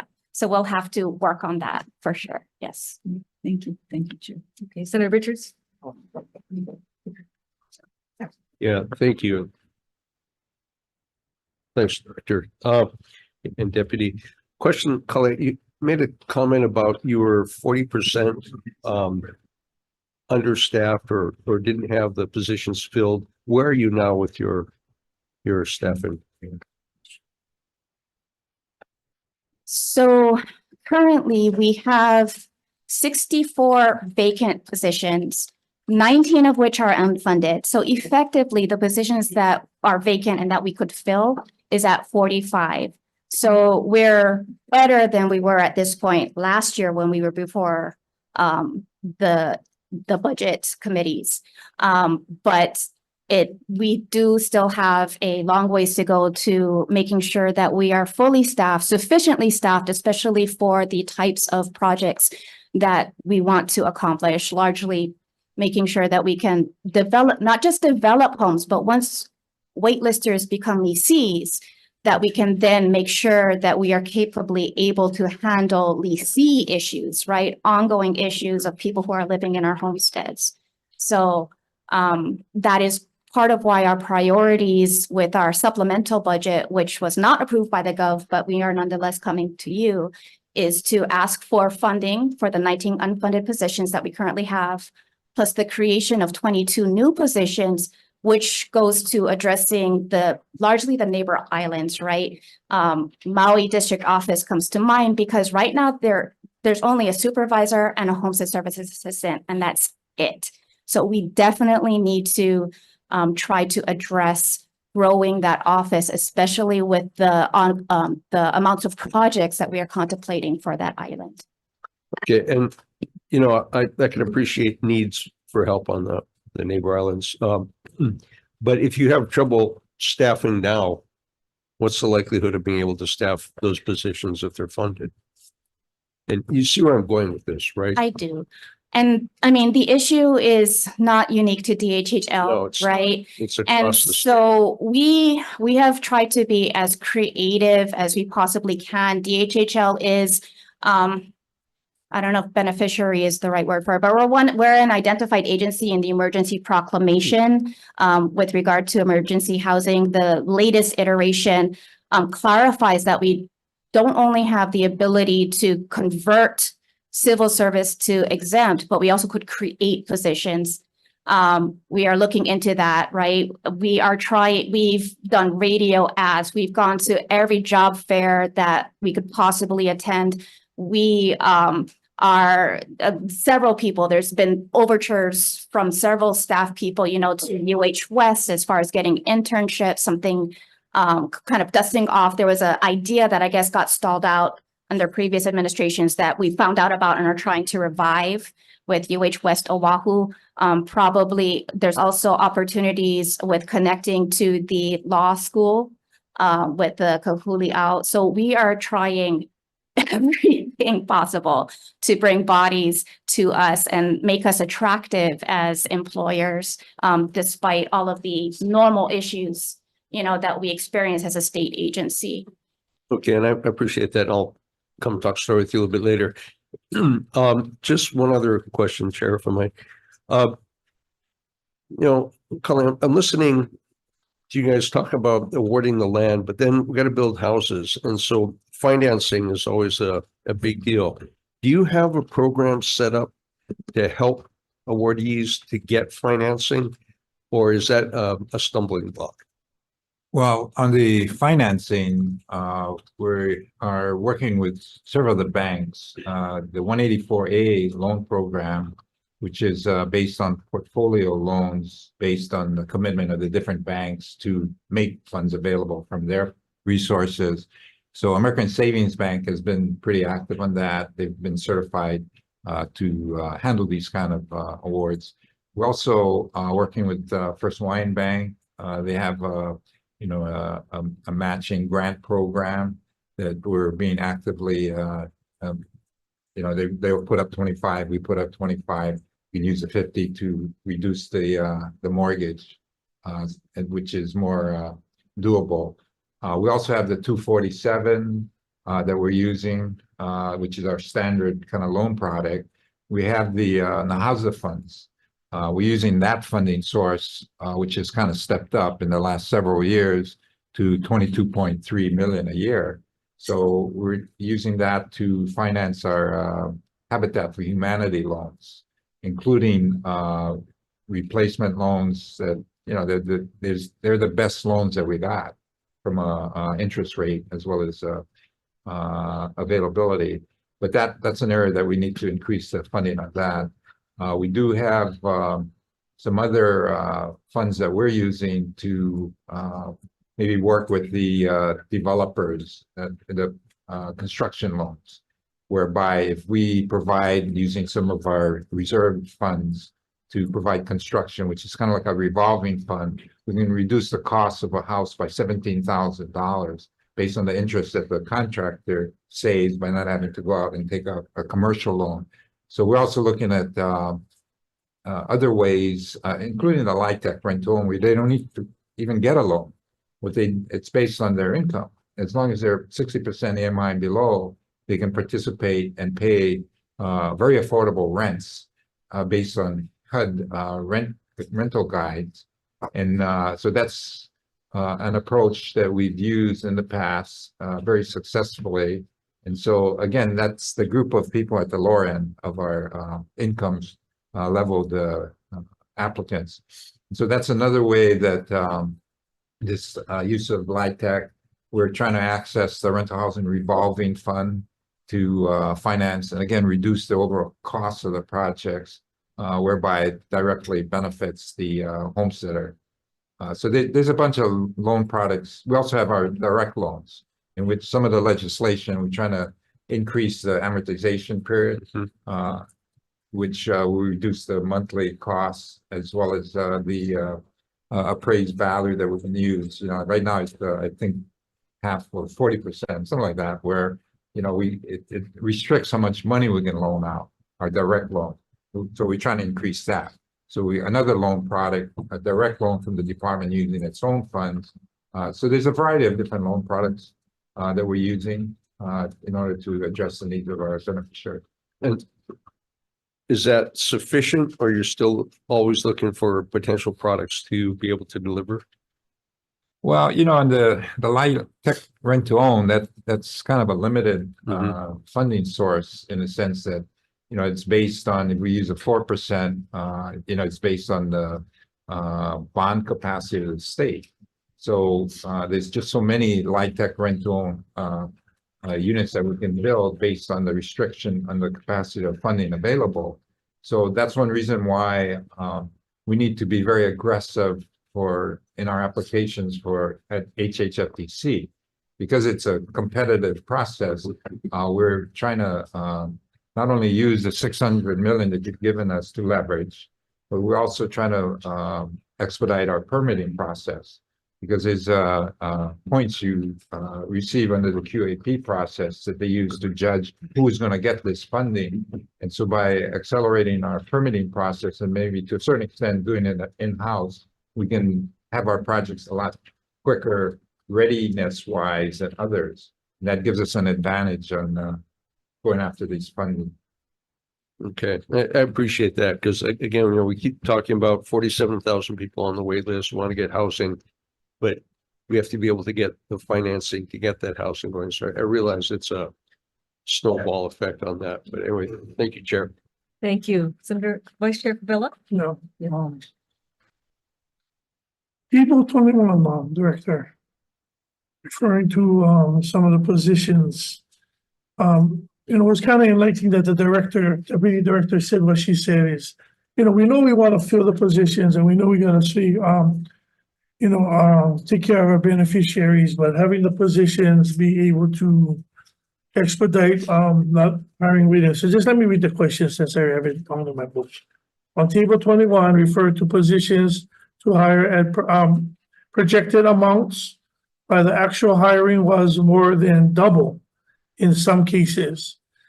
If you can explain to me why the dramatic increase and where the positions was filled, offered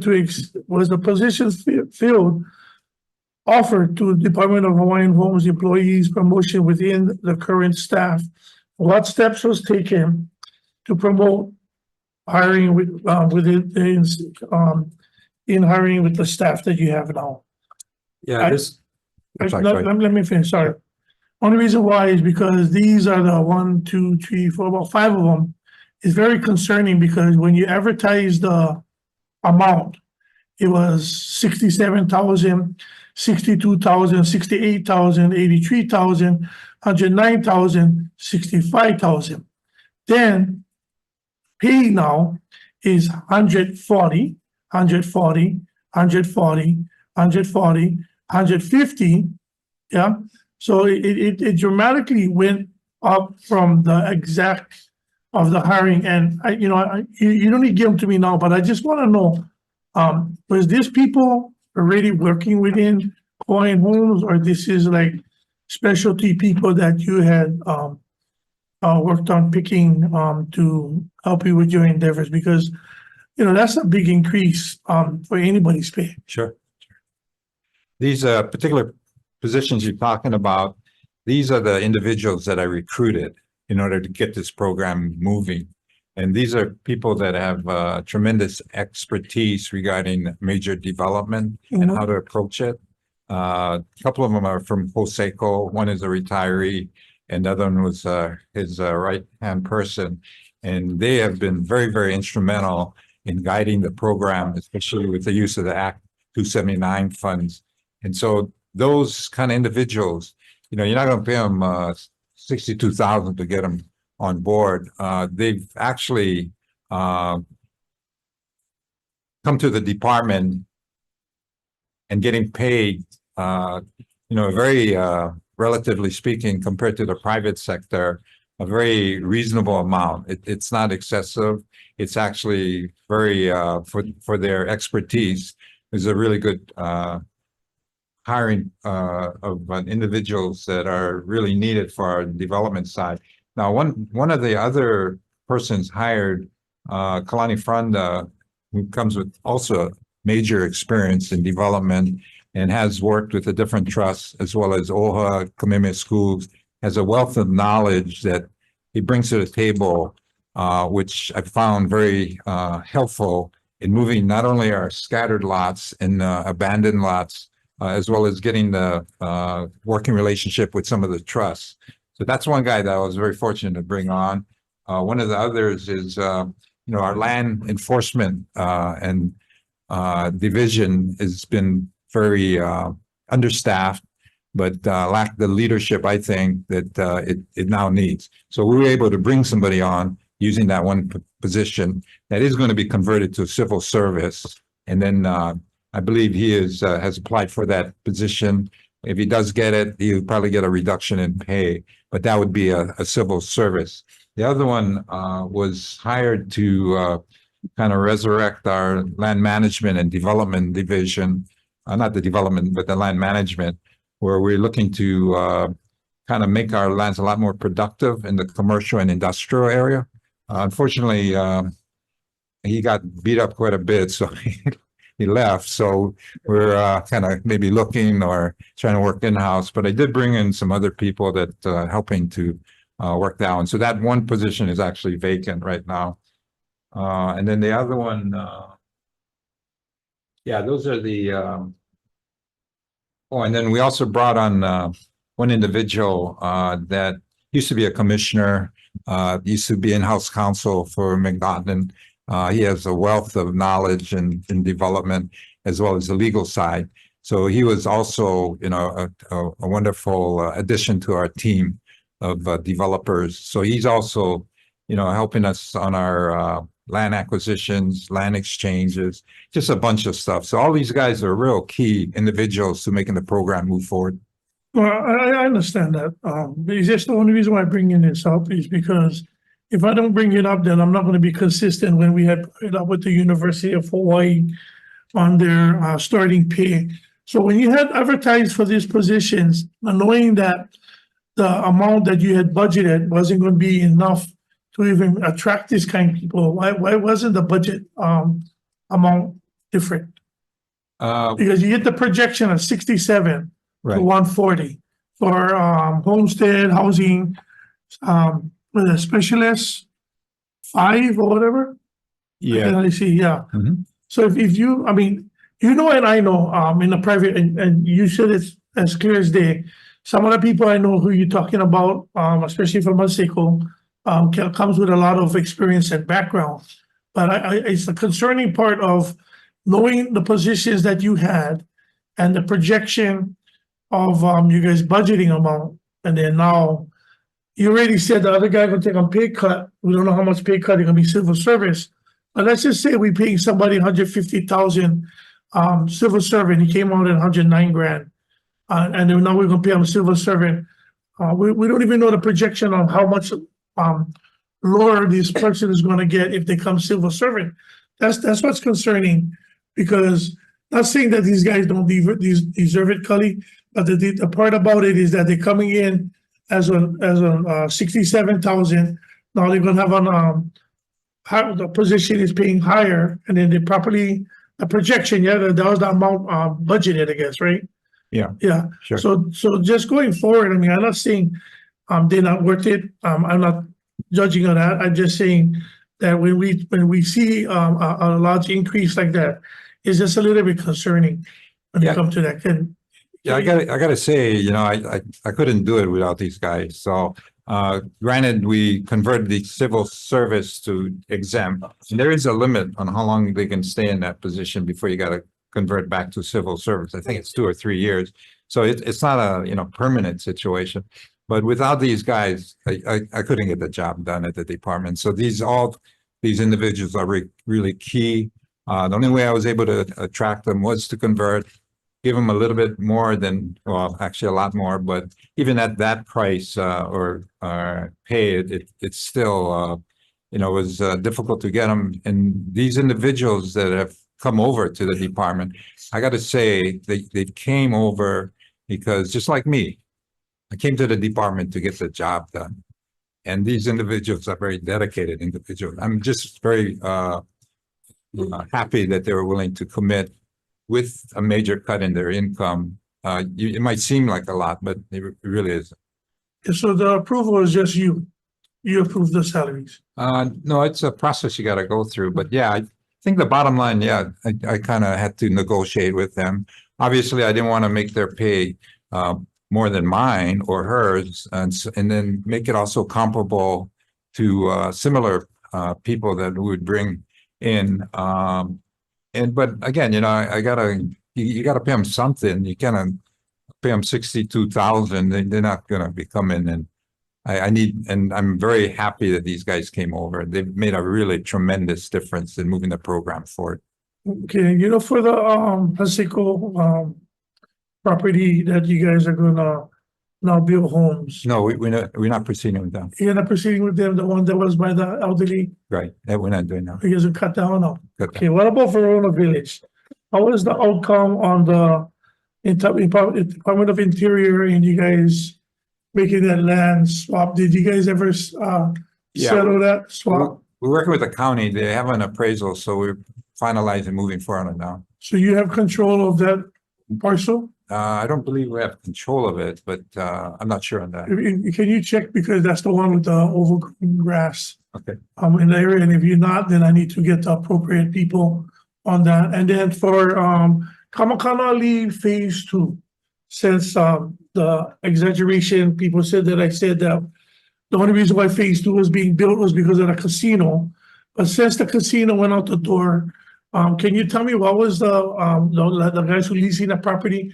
What is their future endeavors in actually making We're taking shopping that center back. bigger? We're taking that back. Oh, you're taking it back? Yeah, we're gonna develop it ourselves. You gotta meeting stuff now before I come Right. to the meeting, shucks, anyway. Okay, and then the Ever Beach parcel, one that by Polo Beach Park. Yeah, we are holding off on that one until you know, when we did a study of the site with sea level rise, we lost a lot of the land, which is susceptible to that.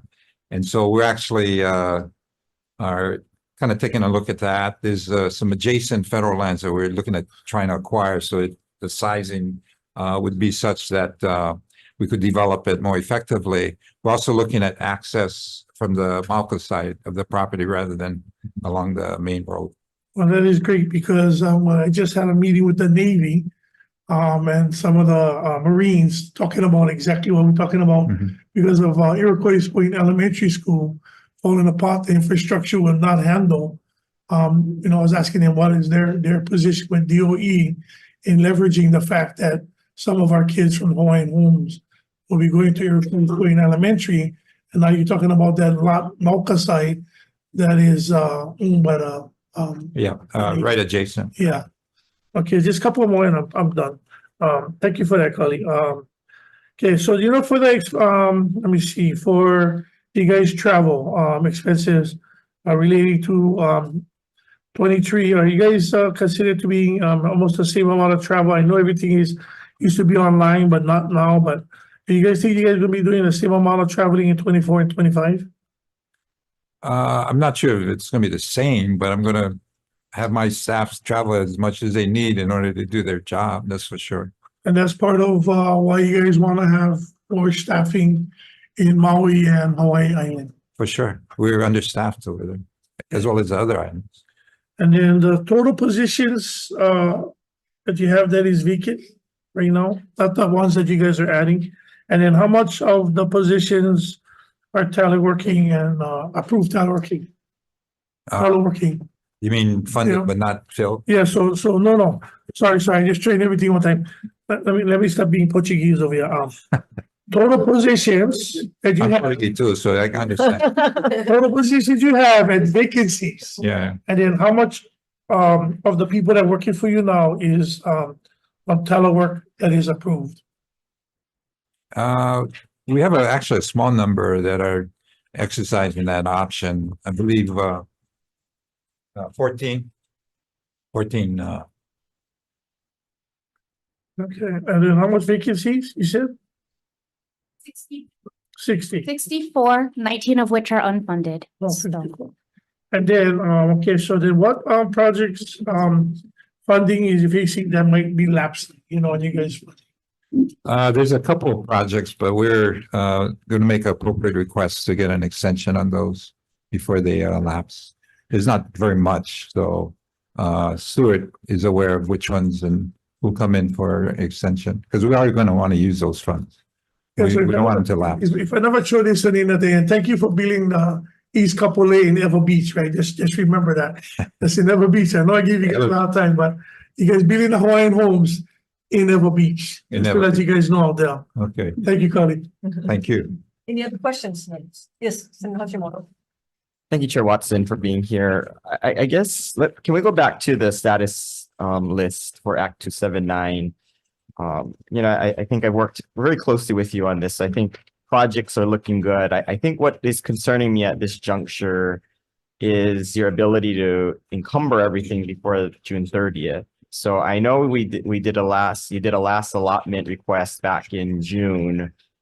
Can you walk me through what your next allotment plans are to ask for from the governor in terms of timing? And do you think we're going to get through the rest of the 600, right? We'll have approximately 300 you need to get released and then encumbered. What is the timing from now until June 30th? Because I think my concern is we just got to get these to that point, or else we're going to have to ask for an extension. Yeah, I would, just to be on the safe side, ask for that extra third year just to have it. But the game plan is to expedite the RFQs going out so that we can identify the developers for all these different 28 projects, and then move forward on negotiating with the different developers that are chosen to negotiate with, because usually we choose 3 or negotiate with the one, and then whoever we reach an agreement with to get the developer agreement signed. And so we're going to, these are kind of standard developer agreements. The initial ones, we had to do a real thorough research and preparation for those. But I anticipate those would go pretty quick. So once we get the developer agreement, then we'll be able to ask for the release of funds as well as encumber them. So as I said, all of these projects, the ones that we are moving forward in phase 1, like for example, Leali, I mean, that's pretty much ready to go. We should have a developer chosen probably the beginning of February, and then start to negotiate. Okay, so you don't have an idea of how much you think you might be able to tie up before end of fiscal? Well, I'm hoping to tie up the whole thing. Well, I guess, so the question becomes what is your next allotment request going to be then? I got to do the numbers, but we already have quite a bit allotted already. I believe we have about 192 million. Right, but that's encumbered, right? The 193 is encumbered already, so that's off the table. So then we got to go in. What would be the next phase, right? Of how much we get in allotment from the governor, so you can encumber. I'm just trying to get ballpark numbers, right? So at least we can anticipate, okay, have you hit your milestone? And if you haven't, we got to make sure that, we're going and making sure we get your extension for you. That's my biggest concern. Because I think the more that you say, oh, we got it under control, and then contracts take a while, you know, to encumber, right? And so we just don't want to give our colleagues a false sense of that. I agree with you know, we don't need the extension, but we actually do, right? No, I want to be on the safe side. I do want the extra year. So what is that milestone though for us that we got to be? What's the next allotment number that we can expect? Is it another 100 mil? You're going to go to the gov, and we'll know you're on track if you get that 100 mil come maybe March. You know, I'd have to work the numbers and get back to you. Well, let's figure out a number, because at least I'd like to know, because, you know, I think I want to work it. I'd like to share with colleagues to make sure that we're all on the same page, because I think they're looking at some of us who were serving on that oversight committee to really give them advice, right? So thank you, Chair. Thank you. Any other questions, members? Senator Kyokoole. Thank you, Chair and Deputy, and everyone from the department and all of the beneficiaries who are attending. Happy New Year. You mentioned revamping your Salesforce application so that you have better beneficiary data. I think I'm editorializing what you actually said, but I'm wondering how good your data on your beneficiaries is and what you're doing to make it better. If you're talking about the survey we did in 2020, you know, that's somewhat dated. But what we're doing is, you know, as we get these projects in place, which we are, we're actually asking for help, and we're hiring Hawai'i community assets to do an assessment of the people on the wait list, to actually meet with them and send out. So I guess so that's great. What I'm actually asking about is your data on your existing beneficiaries for outreach purposes and for operational purposes. You know, when Senator DeCoite and I were in the House, there was a discussion going on with the leadership at DHHL at that time about how so many of the individuals on beneficiaries on the wait list were not able to be reached by the department because the department did not have good addresses, did not have good phone numbers, did not even have emails. And so when you say Salesforce, I know there have been discussions about your IT system, but I'm wondering if you guys have made progress in being able to get a better handle on on data around your beneficiaries, on who they are, on where they are, and on whether you can contact them or not. Yeah, what we've been doing now, for example, on our Maui project, that Everett Dowling is taking the lead on. It's our Pu'uhona project, 161. What he's doing is he's with our coordination, has sent out surveys to the people on the wait list to see whether they'd be interested in that particular project. He has also started his connection with Salesforce himself. And then, so we're trying to integrate not only the developer, but our Salesforce program to integrate with the developer. We're also working with the lenders and, you know, also have limited access to our data with beneficiaries approval using a Salesforce program also. So by having not only the developer, the lenders, as well as the department with this integrated digital system that can share information and, more importantly, preserve it and work with the different key players that are needed to coordinate in order to make not only the development in a timely fashion, especially on their financing, because you got to know what kind of people you're going to be building for. How many, like right now, he's going to, I believe, 30 units is going to set aside for owner builder as well as habitat. But then you have the LIHTC rent to own. About 60 of his units is going to use that approach. So you got to have at least 60 beneficiaries that qualifies, that have to be under 60% AMI. So that information all has to be collected. And so that integration and reach out, as well as collection of information, we work with the developer as well as staff, as well as Hawaii community assets, and collectively we'll get the info we need. Well, so that's the question is, you know, it's great that the developer is reaching out, but if they acquire all of this information, you guys still have to be able to receive it and incorporate it, integrate it back into your system and use it effectively. And I'm wondering, you know, we're having this discussion about your vacancies and your capacity. What is the capacity on that side? Because there are two examples why I'm asking this question. One is we just talked about 40,000 or 47,000 beneficiaries on the wait, but that's not the true number because those are the applications. Yeah. But every beneficiary is asking for a residential lot or a pastoral lot or an ag lot, and they have their preference. So if you actually issue a lease, not an undivided lease, but a real lease to every single beneficiary, you're not going to issue 47,000 leases. You're going to issue 20-something thousand. But for as long as I've been in the legislature, we were never able to ascertain the true number from the department because the department never had the capacity to get a handle on all of that integrated data.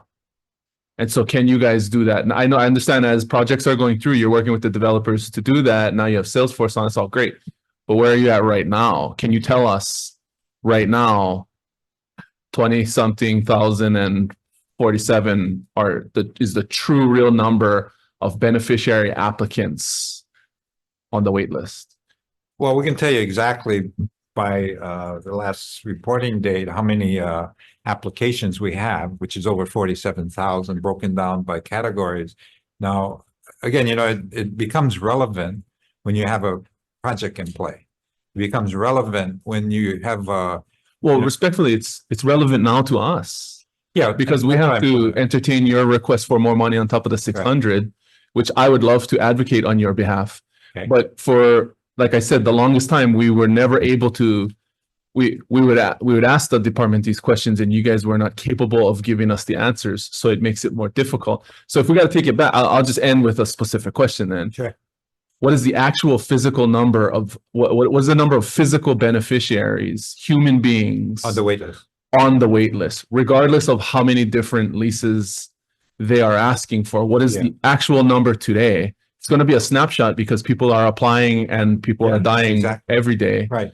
But, you know, for the month of January, February 1, are you guys able to send us a report and give us that number? Because then we can look at that and we can start we can start fairly scoring you guys because you don't get credit for rentals. You don't get credit for kupuna housing as it relates to the wait list. Right. And you're not going to get credit for it, even if you spend every penny of the 600 million, you won't get appropriate credit for how many Hawaiians you take off the wait list if we don't know how many there were to begin with. Yeah, I guess to answer your question, and you're right, it's a snapshot that evolves. And just like when the first time I was a director, we started with 3,000. When I left, we had over 7,000 on the wait list. So I anticipate the same thing happening. We might have 24,069 residential applicants. And then when I leave this job, I'm sure it's going to be over 30,000. I had people calling me last year asking for $100,000 before we even heard the bill. Right. So if this stimulates more Hawaiians to apply for their beneficiary rights, then I think that's a great thing. I do too. But again, if you need support to get a handle on that data, we've had these complaints for years about people who don't understand what's going on in your department and the department not able to articulate it. Oh yeah, for sure. So I you know, you guys are rolling on this, and it would be great if when it's all done, we can get a very detailed, you know, snapshot on what actually happened. Yeah, we can give you that, but again, it's an evolving number. Like I said, it's going to increase. And you know, with respect to what we're trying to do to address the inefficiency of the department, one is to fix our sales force, which is restricted really to just our CAD division. We're trying to move it where it also service our ASO, the district managers. But more importantly, we want to integrate that info we have with the developer, and the developer. So that's the answer. What's your timeline on that, and do you have capacity? Well, the developer anticipates starting construction probably in July of next year on the vertical construction. So we, in kind of dovetailing, need to not only identify the participants as well as issue the loan products, as well as qualify them for a LIHTC application, all these things that need to be done. That's a hell of a lot of information that has to be obtained as well as shared. So that's why we're very, very active in upgrading our sales force. And we've hired, I believe, 2 or 3 consultants to do that. We're very active. We're working with the developer as well as the lenders to integrate their sharing of information. We're updating our website. We're bringing on more staff, and it's an ongoing process. And I got to say, it's not done. It's right. I understand that, and you still dodge the answer, but that's a pretty good answer for a dodge. That's pretty fair, right? It's a moving target, right? That's what you're saying, and I get that. But again, every year we ask these same questions, and then it's always like we don't know. And at what point is your system going to be sufficient enough? It's never going to be sufficient. Well, sufficient enough for us to get the questions that we're asking answered. Yeah, sure. So that we can get you the money you're asking for. Okay, I'll work on that. Okay, we get money. So if by February 1 we could get a snapshot on a true number, for January, that would be great, Senator. But to be responsive, and I'm not trying to evade your question, but it is a situation where you're dealing with a certain group that in some cases they're not responding. So what is that our fault? We reach out to them, we try to contact them. They don't update their addresses, or they've died and nobody from the family is informed or asked to be the successor. And then we got others that want to become applicants. So we got to deal with those. So it's a number that if you want a specific number, a specific date, we can do that. But like I'm saying, it's going to change, and it's going to increase. I understand, but in 2015, Joby sat in front of the House Hawaiian Affairs Committee, and I suggested, to just clear the list of the dead numbers and addresses, just hire somebody to go knock doors on the west side. It won't take them that long. And she laughed at us. I think that's a great idea. That was a long time ago, and we still don't have a handle on where all those people are, right? So yeah, there's a burden on them to go and apply and to maintain interest and all that, but we're still a trustee. I agree. And if we don't have sufficient data to tell whether they don't care or whether we cannot find them, that's still our fault. And that's how we end up with questions like earlier we're talking about, should we be swapping out ag lands if the demand is all in residential? Well, we don't really know, because you guys can't really tell us what percentage of the 20-something thousand applicants really would prefer a house over an ag lot. That's what I'm talking about, right? Why should we be even entertaining that if the true number is 10,500 want homes on Oahu, 4,800 want ag lots on Maui or the Big Island? That's really helpful information for us to do long-term planning on. So if the money ever does come available, or the opportunity for swaps come available, we know exactly what targets we're hitting. And you guys cannot tell us that right now because you don't have a good handle on your data. Well, but then again, when you passed Act 279, you mandated that we follow the survey we did in 2020 and follow the percentages requests based on residential versus rentals, whatever. And that's what we've done. The majority of our developments because the snapshots were so overwhelmingly in favor of residential lots, That's what we're doing. that we just did the best we could because we didn't have detailed information. And that's what we're trying to do, is follow that. Also, if you need more capacity to do that, then you gotta, if you need more capacity to get that kind of data command, we do. Then that's the question. And that's why we're reaching out to third parties like Hawaii Community Assets. They got staff on all islands. We're working with them. We've got a contract where they're going to go reach out, knock on doors, and actually, as well as the lenders, they got a vested interest in closing a loan. So they are reaching out, talking individually. There's a lot of, it's very labor intensive in talking to one individual, not only making sure they're qualified, but qualifying them for a loan, as well as educating to them as to the different options that they got to choose from. Maybe you guys can develop a plan to achieve that and tell us how much that plan's going to cost. And then that's where we should, because if not, we're only talking versus circles. Yeah. And we come up with, okay, what resources are needed to establish this plan, to collect data? Okay. What's the plan? How much does it cost? Thank you. Okay. Thank you. Senator, yeah, thank you. So, even like they were that, these associations that claim to be those associations, let them go knock the doors, since they know best.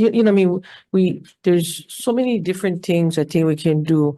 I would recommend that when you guys go out for leadership conference, that you have those associations so we can get one better updated list, which leads me to the question, even within communications and broadband, that the broadband needs to also address that the existing broadband has completely failed us with Sandwich Isles. How do you guys plan on rectifying the prioritization of telecommunications under broadband when a lot of these guys had very erratic communications? How do you prioritize?